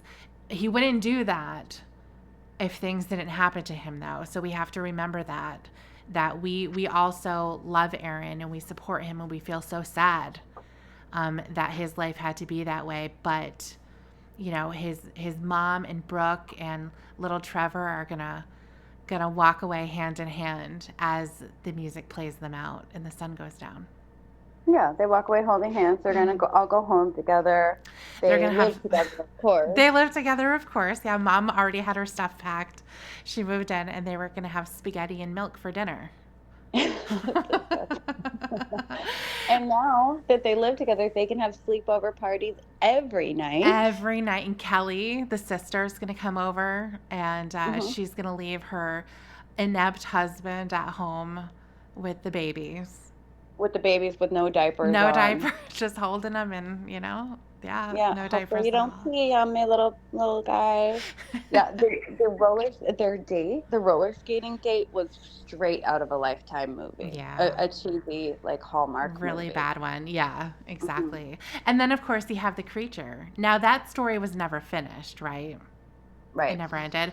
But we have the same theme happening. You have Hmm. two young people, inexperienced, never were in love before. They find each other. They're the ones. They're the ones that are going to be together forever. And then some things happen. Okay, a little Scooby Doo action up on the Yeah. mountain, and creature and the ranger and all that kind of stuff, and they're with their friends. But I imagine that at the end, it's going to be those two standing together with their baby, because of course she Hmm. got pregnant. Hmm. Um, but they're gonna live happily ever after, and that little baby is gonna be named after their friend that got killed. Yeah, one of them. One We of don't know. them, yeah, We don't really remember. exactly, exactly. Hmm. Um, but yeah, I mean, there you go. Lifetime. He thinks in terms of Lifetime, Hallmark, the Family Channel, um, all of those really just feel good. It all ends up perfectly fine at the end. um, and he ends up being truly happy. Hmm. So yeah, it's the relationships with his family, and the closeness that he has with the woman that he finds. So yeah, I think he does think in terms of those when he's fantasizing his non-sexual fantasy. Yeah. Well, remember, he asked Kayla if she wanted him to get her pregnant on her 18th birthday. Right. Like it's that easy to just pinpoint a conception date. Well, it You is when you know, don't like, understand how it works. right, right. Well, we didn't use a condom. You're pregnant. Yep. Happy birthday, honey. Like, yeah, again, they had this sort of storybook romance. He's gonna bring her to meet his mom. She's gonna love her. She's Mhm. not gonna think, well, Lauren, you're 40 something, Yeah. and this girl is 18. When did you, and she's already pregnant? When did this start? What are you doing with a Mhm. person this age? She's Mhm. just gonna love her and be her new Yeah. daughter. Yeah. And Kayla's parents are going to love him too. The very first time that Kayla introduces him, he's gonna walk in wearing his best jeans and his button down shirt that's way too big. Hmm. Um, do you think he'll wear a hat? Yes, You do? I do. Yep. Okay. And yeah, he has no respect, enough for people. I think his shame of his baldness would Sure. override any like, tradition or respect that, Yeah.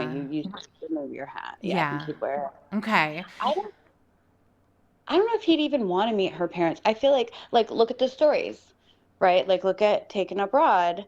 Brooke didn't have a family. That's Lauren's ideal situation. True. She has no one. Don't worry, you can be a part of my family. He's even said that to many of his catfish girlfriends. Oh, your mom was a bad mom. I want to give you my mom. Right, He does. He exactly. wants to give them his mom and That be is only true. connected to him. So I think he would like encourage Kayla, like, you don't need your family. You have my family now.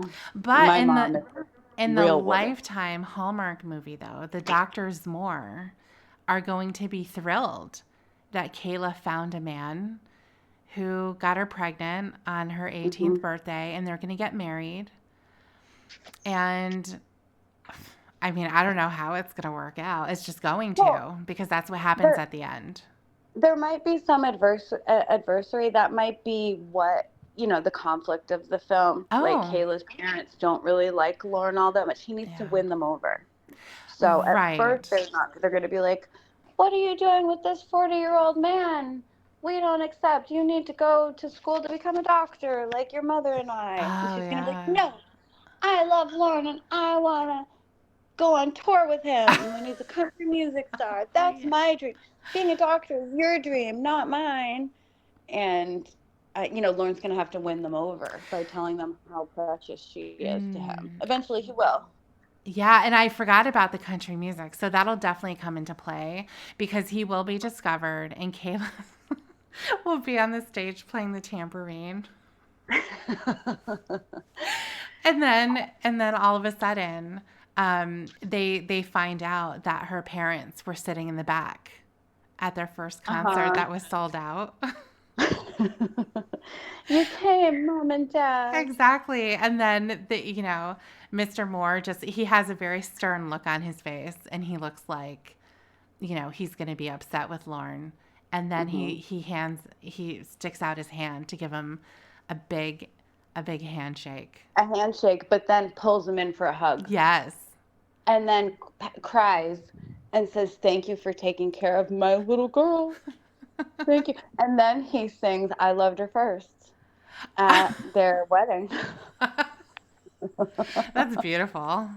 That's beautiful. Yeah. I'm so sorry that never happened. The funny thing is, I could see all that playing out in Lauren's fantasy. Yes. Genuinely, truly, that's the way he thought things were gonna go. Yes. Yes, that's what he fantasized about. And how ridiculous is it that he would talk to this little baby child on the phone and say, "You want to come to my concert? Oh, yeah, we'll be married." Yes, I know. Oh, you're gonna marry me, so you'll be there anyway.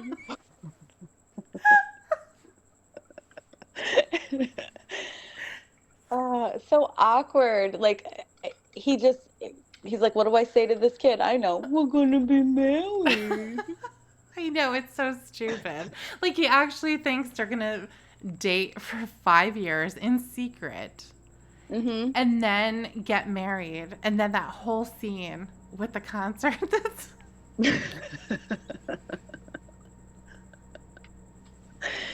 Mom, Dad, you came.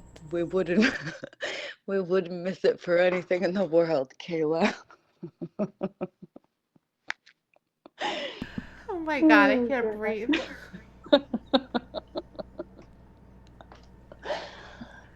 And I'm just picturing the little girl from the pictures. Like the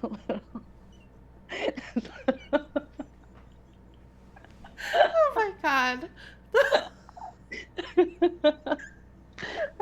Do you think she's in the pink dress? The polka dot? Yes. Yes, she's in the little polka dot dress. Oh my God, I have tears. I'm crying. Oh my God, that is so funny. We could go on all night talking about this ridiculous story. I know. Uh, I need to breathe.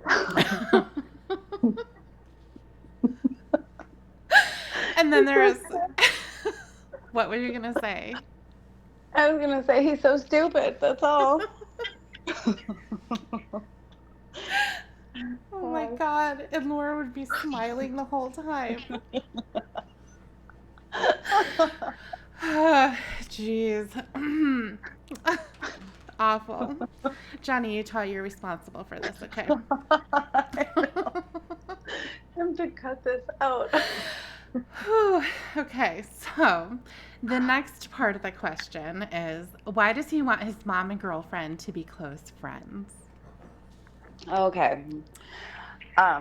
So I've thought of this a lot Yeah. because in Taken Abroad, it was such a huge theme of the book that his mom and Brooke were besties. It was so weird.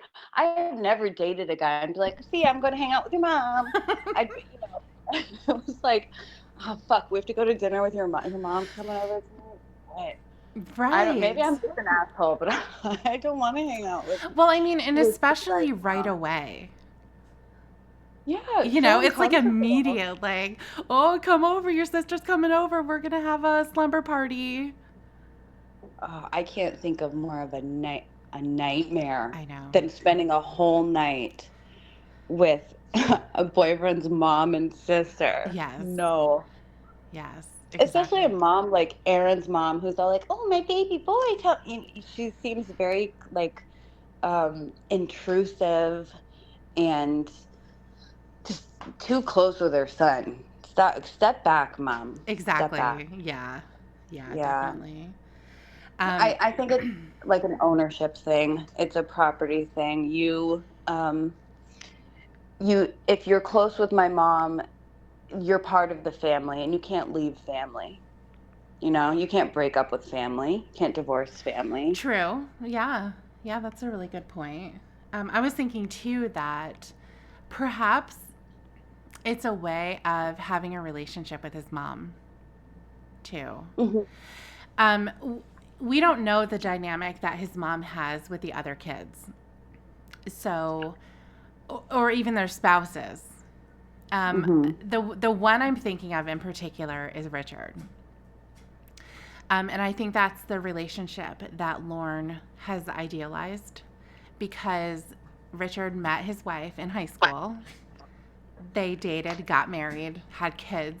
You know, they live in a home, all of that. They're doing the whole dream, that Lorne would have envisioned for himself.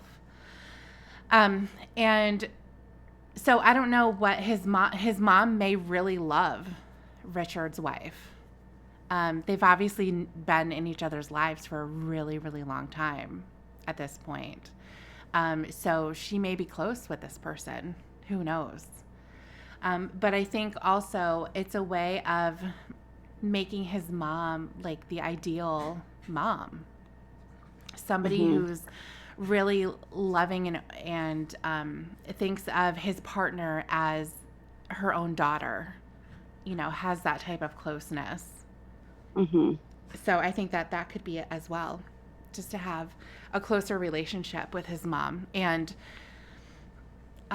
maybe feel more like a family. Yeah, You know. I could see that. I think I never thought of that before, but that makes sense because he sort of exaggerates this close relationship he has with his mom, which I mean, we're not there, I guess. We don't really, but from everything we've seen, it does not seem like that is the reality of Right. their relationship. Like when she went to his court date, she was kind of just like, I have to pay this motherfucker's bills and I can't. I'm Yeah. poor. Can you let him out of jail? Yeah. Not like I need my son back. He's a great guy. I miss him. None of that. It's just he's a drain on me. Can you let him out so he can take care of his own shit? Right. Um, so yeah, it makes sense that he would be trying to bring them closer together as a family. Yeah. And it turns her into the ideal. Hmm. Yeah. So, and I think that's why we see that type of mom represented in Taken Abroad. We talked a lot about that when we were going through the book. And, that's the type of mom that he would have wanted. And he didn't have. She wasn't able to do that. She was a single mom, even though she did have a partner who was there for a long time. But she was a single mom. She had a lot of kids who were getting into trouble.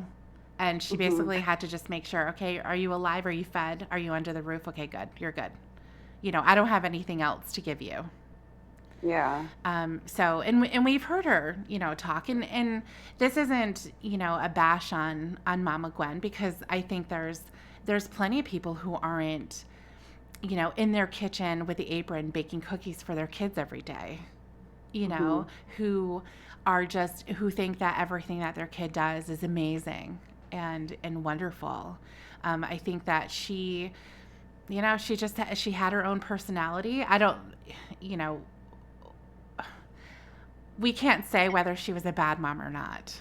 I think some people would Yeah. say, yeah, she probably was because look at her kids, and you know, um, but at the same time, we don't really know what the home life was like, except for the small snippets that you can see in the pre-sentencing report when they talk about how there was a lot of yelling, and it all makes sense, I think. Yeah, she was busy. She had a bunch of shitty kids. And Hmm. like you said, I think her priorities were probably, are you fed? Are you clothed? Do we have a stable roof over our head? And she didn't really have much energy left for anything else. I Yeah. don't think she was the kind of mom who sat down with her little boy and read him bedtime stories every night, Sure. or I just don't think she had the time for that. Mm-hmm. Or maybe she wasn't raised to show her love in that way. Mm-hmm. Um, like I think making Lauren's chicken pie, that was an act of love. Like, I know you Yes. like this, so I'm gonna make it special for you. Mm-hmm. And that's fine. That's fine. But Lauren wanted, to be a mama's boy. He wanted to have this really, really close relationship with his mom, closer than Mm-hmm. any of the other siblings. He's the favorite, he's the special. Yeah. She, is so proud of him. She's crazy over every little thing that he's ever done. And that does not seem to be the case. I mean, she gave him his baby pictures. She's like, in his little baby shoes that are set in bronze or Yes. whatever you call it. Uh-huh. She's like, I don't want these. Do you want them? I'm gonna get rid of them. Yeah. The same with like assignments he did in school when he was little. He has those, Mm-hmm. not Mm-hmm. her. Mm-hmm. So yeah, I agree. He wanted that kind of mother, but by the time she got to Lauren, certainly I think she just couldn't do that for Yeah. him. Yeah, that makes sense. So let's move on. Okay. So now we're moving on to sexual fantasy. So the directions say describe your sexual fantasies. Is there coercion or force involved? Notes: no need to be too graphic. Include both present fantasies and those active during the time of your offenses. If you have any questions about what to include, ask your therapist. Mm. So, let's see if Lauren answers this question properly. Would you like to read what he has to say? Sure. He said, there is no coercion or force involved. My present fantasies are making love to someone that I used to be in love with, and someone that used to be in love with, and that I thought I could trust. I take myself back in time right now to get through the right now, present.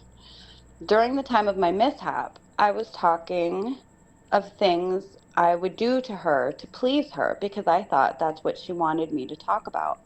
All I cared about was making the person happy that I somehow, quote unquote, thought I loved. So, if we go back to the very beginning, where he said there's no coercion or force involved, what do you think about Mhm. that? I think he's thinking in terms of physical force in his fantasy. Well, actually, we're talking about a fantasy here. So Mm-hmm. I don't think he fantasized about, forcing her or having to talk her into it. In real life, there was coercion, certainly, Right. but Yes, you're he right. didn't see that. Yeah. In his fantasy, she wanted it as much as he did. So no, I think that's true for him. I don't think he fantasized about making someone do anything that they didn't want to do. Sure. He Or fantasized about them wanting it. right. He didn't recognize that even with her saying, okay, that she wasn't able to do that Hmm. because of her age. Yeah, you're absolutely right. So, do you think that he's talking about Paula in his present fantasy about making love to someone that he used to be in love with? Yeah, well, I do because whenever he talks about being in love, he always talks about Paula. Right.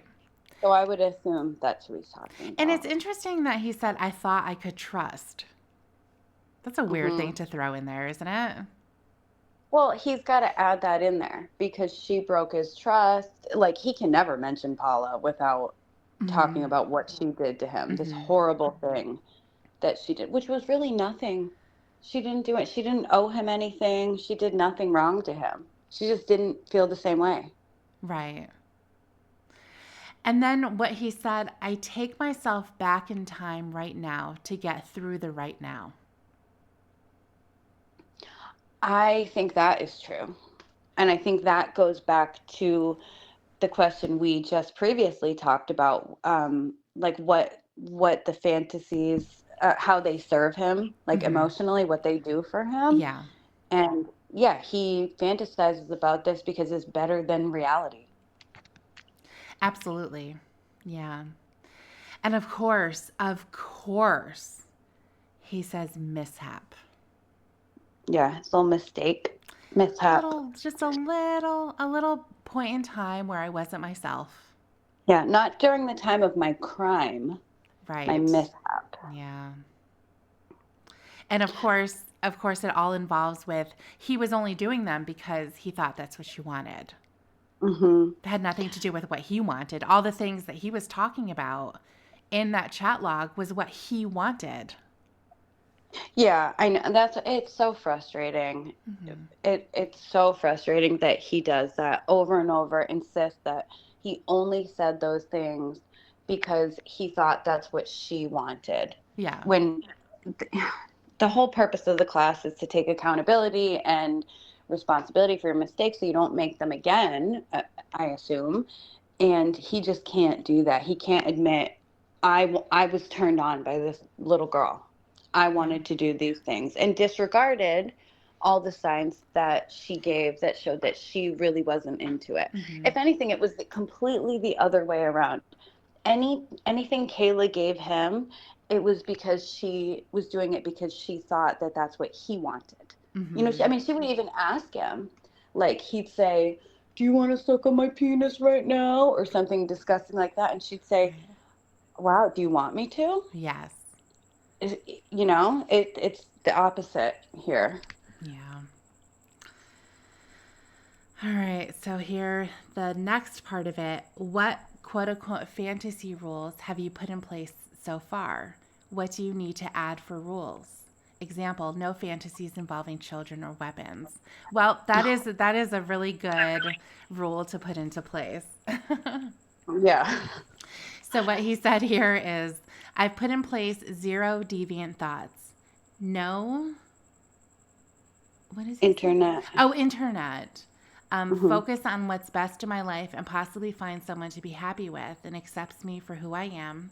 And no more one night stands. Basically, to build a good life for myself and my future partner. The question is so simple. What fantasy rules have you put in place? And it even gave examples. Yes. What is it not okay to fantasize about? His answer was, my rule is no deviant thoughts. Like what What deviant thoughts? specifically? Exactly. Yeah. That's what he really struggles with. Is putting Hmm. into specific words what that is. Exactly. He Yeah, can't a bring great himself answer. to do it. Yeah. No, and part of it is that he's stupid. Part of it is that he's lazy. Hmm. Um, and a big part of it is that he can't admit that he has those deviant thoughts. Yeah. A really good answer would have been no fantasizing about girls from high school Hmm. because they're underage. Or, Yes. even though they're not underage now, they're adult women now. The thoughts that I'm using are of underage girls. Yeah. But instead, he goes on some weird thing about the internet and how to build a good future for himself and his partner. Yeah, that's not a It doesn't, rule. no. Those are his fantasy rules, basically to build a good life for myself and my future partner. Okay. Yes, exactly. Find someone to be happy with and accepts me for who I am. Yeah, right. No Yeah, more that's one not night stands either. right. What do any of these have to do with his fantasies? He's talking about like his real life. These are just rules for life Hmm. that he's claiming to have. Yeah. They're talking about your dirty fantasies, Lorne. Yeah, and this is an important one because the problem that Lauren has, and also the people who would be in his class as well, is that they bring their fantasies to life. Hmm. And it's not just something that will pop into their head. It's something that they act on and they pursue. Hmm. And that's exactly what Lauren did. He wanted Right. to have a virgin who was underage. That's who he fantasized about. That's who he went after. Hmm. So yeah, and where he says no internet, I wonder if he has such a strange concept of what the internet is and what it does. He Hmm. looks at it like an enemy. Yeah, he looks at it as just a big Yahoo chat room, I think, with little girls there to lure him, little girls there Exactly. to tempt him. Yes. He's not saying no internet, like, I'm not going to go on Netflix. No No. internet. I'm going to shop on Amazon. The Right. internet is very vast. He's thinking no internet. And it's not because he's not saying I'm not going to use the internet because I can't trust myself not to talk to underage girls. Mm-hmm. He's saying no internet because there are people on there who want to take advantage of me or lie to me or fuck me over. Right. Yeah. That's exactly it. Hmm. That's exactly it. And we'll hear more about that later on, too, in one of his assignments when we talk about kind of the end of the road and what the end of his class should look like. Hmm. So, of course, he's been around and around a few times, but ideally, he would have gotten to that group of assignments that I'm thinking about that we'll get to. How do you avoid things? And one of them Hmm. is the internet because it's evil. It's Yeah. evil. Hmm. Yeah, exactly. So there's his sexual fantasy.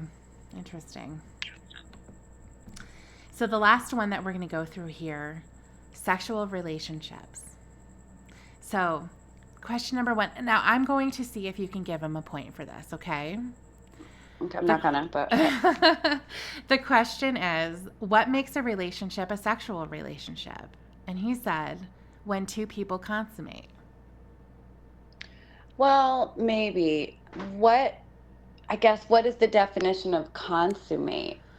Is it just Mm-hmm. have sex or is it, mm, because there are relationships that involve sex that shouldn't be considered a sexual relationship, which we're going to get to in the assignments here. Mm-hmm. But I mean, I get, all right, I guess. I think the answer probably should have been when two consenting people engage in sexual activity.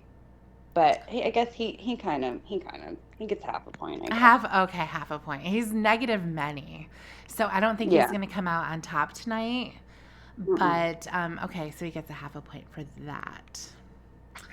So the next one here, name some sexual behaviors slash situations that cannot be considered a sexual relationship. So he has here a kiss on the cheek, a hug, a one night stand. Yeah, that's not a sexual relationship. A one night stand is not a sexual It is relationship. not. However, according to his definition above, it's when two people consummate. Yeah, it's a little contradictory. That's true. A pat on the leg or a massage. I feel like these are all callbacks to the boundaries, Yes. the list of Yeah. boundaries. He just doesn't get it.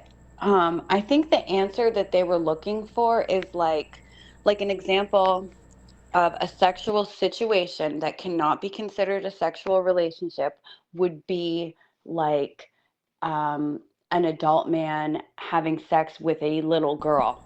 Hmm. That is a sexual situation, but it's not a sexual relationship because she's not consent. It's abuse. It's an abusive, Sure. Mm-hmm. it's a crime, Mm-hmm. not a sexual relationship. Mm-hmm. I kind of think that's what they were getting at. Okay. Um, And perhaps what he was doing as well by engaging in he was exposing himself, masturbating hmm. on the internet in front of her. Yeah, that could be Yeah, considered that as well.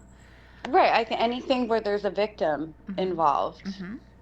Mm-hmm. there are sexual behaviors there, but it's not a sexual relationship. It's an abusive one. And then what I think is interesting though too is that he has on the list here some things that are not sexual behaviors or situations. In fact, he has one thing that could be considered um, an actual accurate answer, which would be the one night stand. Hmm. That wouldn't be a relationship. That's a situation or in a behavior. That's supposed to just be one time, even though Lorne tries to say that they have one night stands with the same person multiple times. Right. But a kiss on the cheek is not a sexual behavior. A hug is not a sexual behavior. A pat on the leg is not a sexual behavior. And a massage is not a sexual behavior. Right. Yeah. According to him, any physical touch is a sexual With a behavior. female, Right. With a female, yes, as long as it's not gay. you have to Sometimes specify with a that. brother. You have right, exactly, exactly. Or you can hold your mom's hand. Yes, with brother or mother. So I think that this is really funny, his answer that he gives here. Hmm. Are male male and female female sexual relationships appropriate? And he said, for myself, no. But shit happens in the world. And it's none of my business what other people prefer. So then they are appropriate, right? Like nobody's asking, do you want to have sex with a man? Well, You know? he has to make sure that you understand that. Yeah. So he has to say, for myself, no, it is not. That's the first thing I'll tell you. And then I'll go on Shit to does answering the happen. question. Yeah, shit Yeah. happens. Shit happens, man. You know? Shit happens in the world. How absurd. This was his answer in this very serious court mandated class that he has to take. His answer was, shit happens in the world. It's so inappropriate. Like, why do you have to be so vulgar and trashy to True. swear at a sex offender assignment? True. True, true, true. Oh, that is funny. Okay, and then and then, and then the next thing. What is the role of a male in a sexual relationship, and what is the role of a female? So everyone listen up. We're Hmm. about to learn Important. something here, okay? How about Hmm. if you let us know what Lauren has to Okay. say? The role of the male is to pamper and please. The role of the female is to feel special and make the male aware that he's made her happy. Yeah. It's his job to pamper and please, and her job is to feel special. Are you doing your job in this relationship? Do you feel special? Yeah. If you don't, I mean, I'm pampering and pleasing you, and Hmm. you are not doing what you're supposed to by not feeling special. This is not a two-way relationship. Right. And make me aware. Tell me I'm making you happy. Yes. That's your job in this relationship. Yes, absolutely. In fact, you can provide a survey at the end, Hmm. and that's how you can decide whether or not um, there was happiness there. Right. It's like after an Uber trip, you get to give Mm-hmm. a number of stars based on their Exactly. performance. Right. You give them 5 stars. It's interesting. I wonder what the correct answer would be, or if there is a correct answer. I think it's a subjective question Yes. for people. Uh huh. I think some people would say um, the role of the man. I mean, I don't even know what they would say actually, as far as a sexual relationship would go.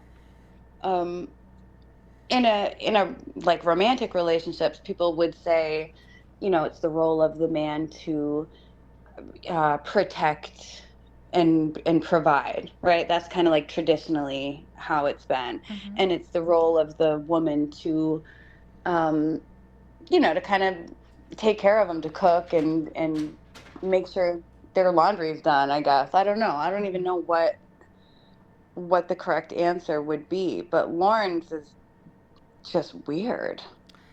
To, Yeah, I think it goes along with what I think a lot of inexperienced people will say, and also someone who is marketing themselves as a good partner. hmm. Somebody who's very giving. I mean, I think it's safe to say that if you have a selfish partner in bed, it's going to be pretty miserable, right? I Hmm. mean, it's not going to be something for that the woman is going to enjoy. And I'm talking more specifically from the woman's perspective in that regard, because that's what Lauren is interested in. Hmm. So for somebody who is is selfish just with a guy, wants to wham bam it and then is gone or falls asleep and starts snoring and she's left unsatisfied. So somebody like Lauren is going to be thinking, well, now I'm going to go on the extreme on the other end. And I would love to go down on you for hours. Mm-hmm. Right? 2 hours. For 2 hours. Or a half an hour underwater. You got it. Yes, exactly. These ridiculous scenarios that you're just like, yeah, okay. I mean, clearly you're full of bullshit, if you're saying something like that. But that's exactly what Lauren would say. And that's essentially what he's saying here.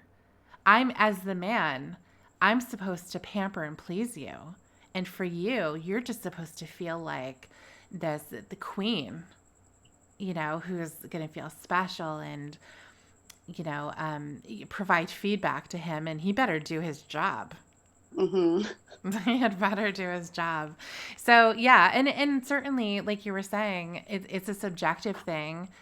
People are going to have different opinions of what the roles would be for two people in a relationship. What would that look like? And certainly there's going to be men who are going to be thinking, well, she's the one who's going to need to pamper and please me. Yeah. That's what I'm looking for, so it's just going to depend on who's answering. But I think if you were to be looking, I think at the more universal answer, or what would be something that would apply hopefully to most people, is you would both be interested in pleasing your partner. Yeah, that's what I would think. Exactly. I would think that the sort of answer that they were looking for, or the healthy answer, would be that they both do their part. Mm-hmm. They both try to keep the other one happy. Well, speaking of keeping happy, keeping the other person happy, right here, describe a healthy sexual relationship. Now, he has one sentence here. Perhaps that's because he's not really sure of what it would be. So he said, when both are happy with the outcome of the experience. So I think that's where the survey could come in helpful. To be helpful, I mean, both are happy with the outcome. I mean, are you satisfied with the outcome of your experience? Yes. Oh, you know what? 1 to 5. When he was talking about the 29-year-old, maybe that's what they talked about after. Oh, so what'd you think of that? That thing we did with the leg, and your arm was up there, and I had my leg up. Were you sad? Did you like that? Scale of 1 to 10? What do you think?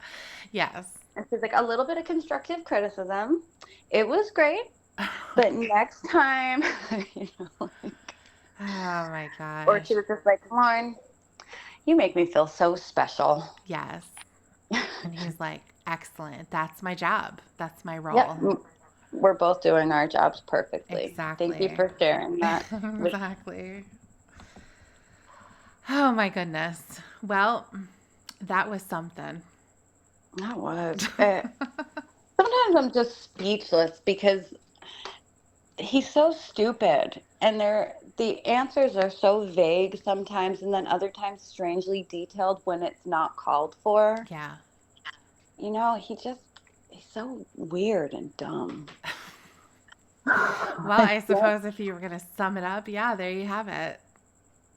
Yeah, that's my Lauren-like answer for the my Lauren-like summary of all the assignments. He's dumb. Yeah, it's interesting, the way that he sees this. We know that Lauren is very immature, sexually, in his thoughts, the way that he perceives things, and we see that a lot just by listening to the calls, seeing the drawings that he's made. Yes. Very, very interesting. Getting involved in a throuple. Yeah. Speaking of healthy relationships, he entered into a throuple. Yeah. Which I would think would be challenging for anyone, even people who are very experienced with those kinds of relationships. That's got to be hard. And when he told his class that he was in a throuple, He had to. And they wanted him to they wanted to be sure he knew what he was getting himself into. So Okay. they tried to like get him to do some research on it. Of course, I'm sure he never did. Mm-hmm. He's lazy. He's just thinking, what's there to learn about? You know, Yeah. I've got two hot women and I'm going to sleep right in the middle of them. Mm-hmm. What else do we need to know? Uh-huh. But I would think that would be a humongous red flag for sex offender treatment class. Was that the And only issue that they brought up to him? Like, did they talk to him about anything, like the I complications or anything like that? No, I think they wanted him to learn about that Sure. on his own. That makes They sense. wanted him, yeah, I believe they did direct him to some like articles and some reading Okay. about it Okay. and insisted that he read it. And of course he never did. And I Yeah. don't know, who knows what happened from there. But yeah, imagine being in that class and him coming tell you, well, I got a girlfriend, I got two girlfriends. Right, We're exactly. couples. I'm going to marry both of them, Mm-hmm. which he thought was possible, that Mm-hmm. he could marry both of those women, Sure. um, because polygamy is not illegal or anything. Right. Yeah. And he can't even go where it's legal. Well, it's not legal technically, right? It just I don't, happens. yeah, I think it's illegal all over the United States, but Yeah. it's kind of ignored or, they kind of look the other way in certain places, like Utah, Yeah. from Yeah. what I, Okay. from what I know. Right. That makes sense. Hmm. But yeah, I don't know. His class just must be floored. Hmm. They have to be. And, we're not talking about well-adjusted people in this class. They're offenders too, I mean, Yeah. it's kind of funny how it almost seems like when we talk about his class, it's like everybody else is a little bit more normal than Lauren. Oh, Hmm. certainly we don't know their crimes. We don't know anything about them. We don't know who they are, nothing.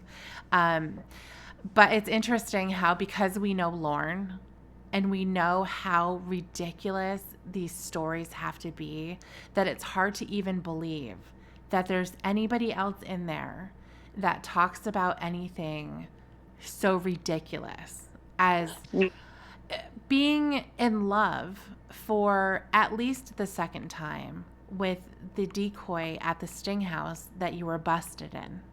Right. You And know? she's actually interested in him. Yeah. They're talking there he's going to move out to California to be with her.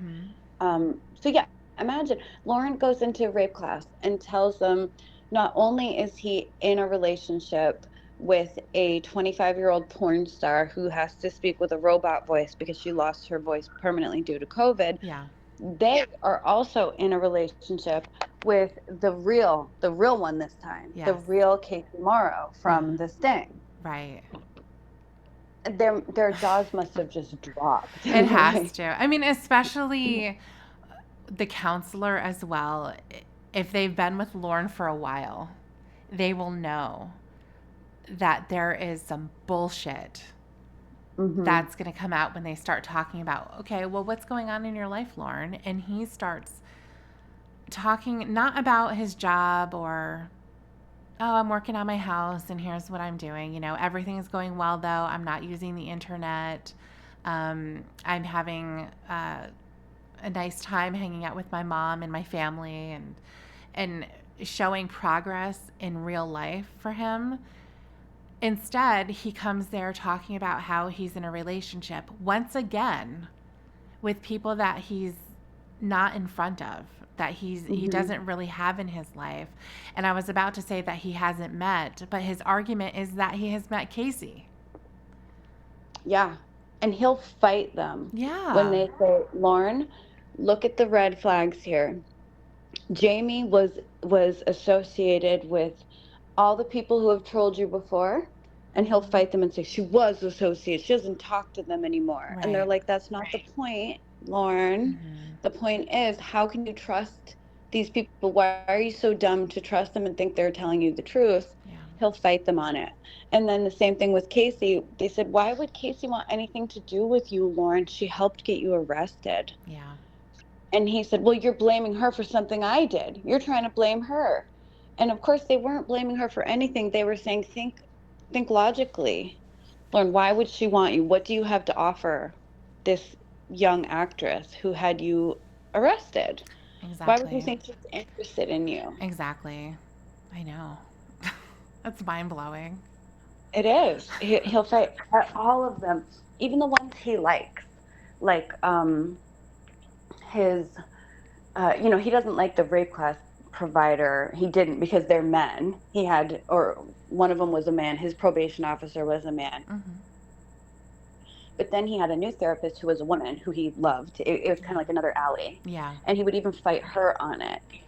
But they would put the bug in his ear because every week after his therapy sessions, he would start accusing Casey, for example. He'd start asking questions, like he'd start being suspicious, and it Mm-hmm. was just because they had pointed all these things out to him in class or in his therapy session, and he didn't have a good answer for it.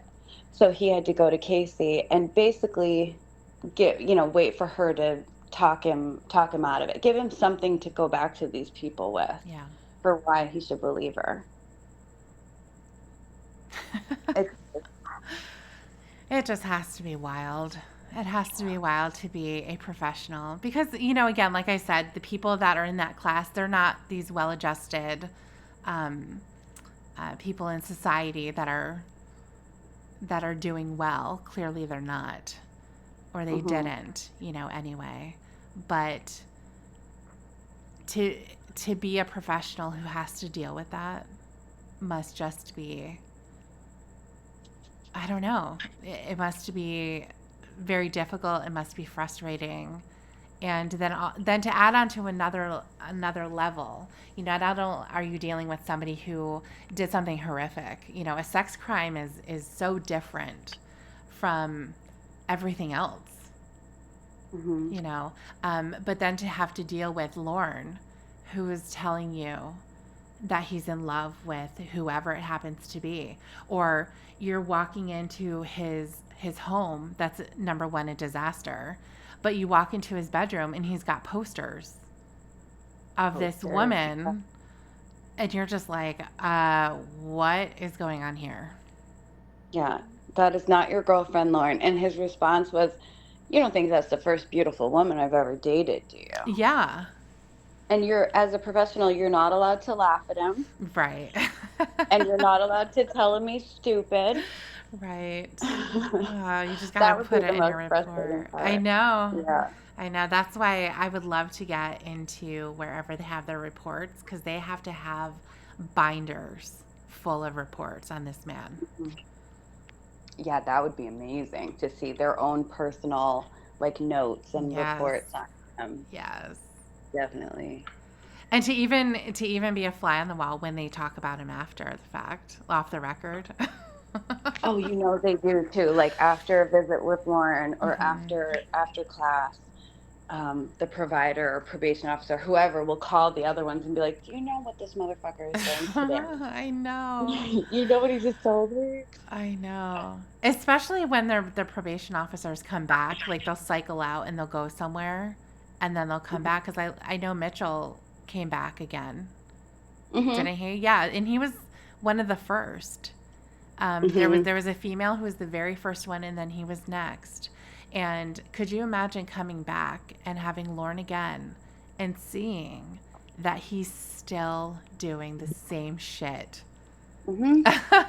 that that you left him with? Oh my gosh. Always with the same people. It's just someone a little different. Oh, I'm not talking to Winnie anymore. Now I'm talking to her friend, but they're not friends anymore. So Right. they're not really connected, Right. or it's always the same shit, the same story. I She know. was going to come up to see me, but she's in a coma. Whoops. Yeah, exactly. They're like checking their notes. They're like, wait a second, I've heard that one Yeah. before. Yeah, all of them have been in a coma, Lauren. Right. Jeez. Yeah, it's hilarious. It's fascinating. I hope it continues. I Hmm. hope, sometime from now we get more, we hear more about what's going on in his rape class. Yeah. Hopefully somebody's talking to him, because I'd like to know what's up. I know. It would be interesting to see what's different and also what's the same, Hmm. you know, um, because there's going to be obviously some slight variation. But what was it this time? It's got to be Yeah. something crazy. Hmm. Oh my gosh. Well, we are not done. We do have other assignments that we're going to do, so we will be back. Amanda James, you better be back too. I'll be back. I'll be here. You'll be here. Of Excellent. course. Yeah. So we probably have, I know I think we talked about this last time. How many more do we have? I think we might have 2 more episodes to do Hmm. of these because we've got to talk about his family.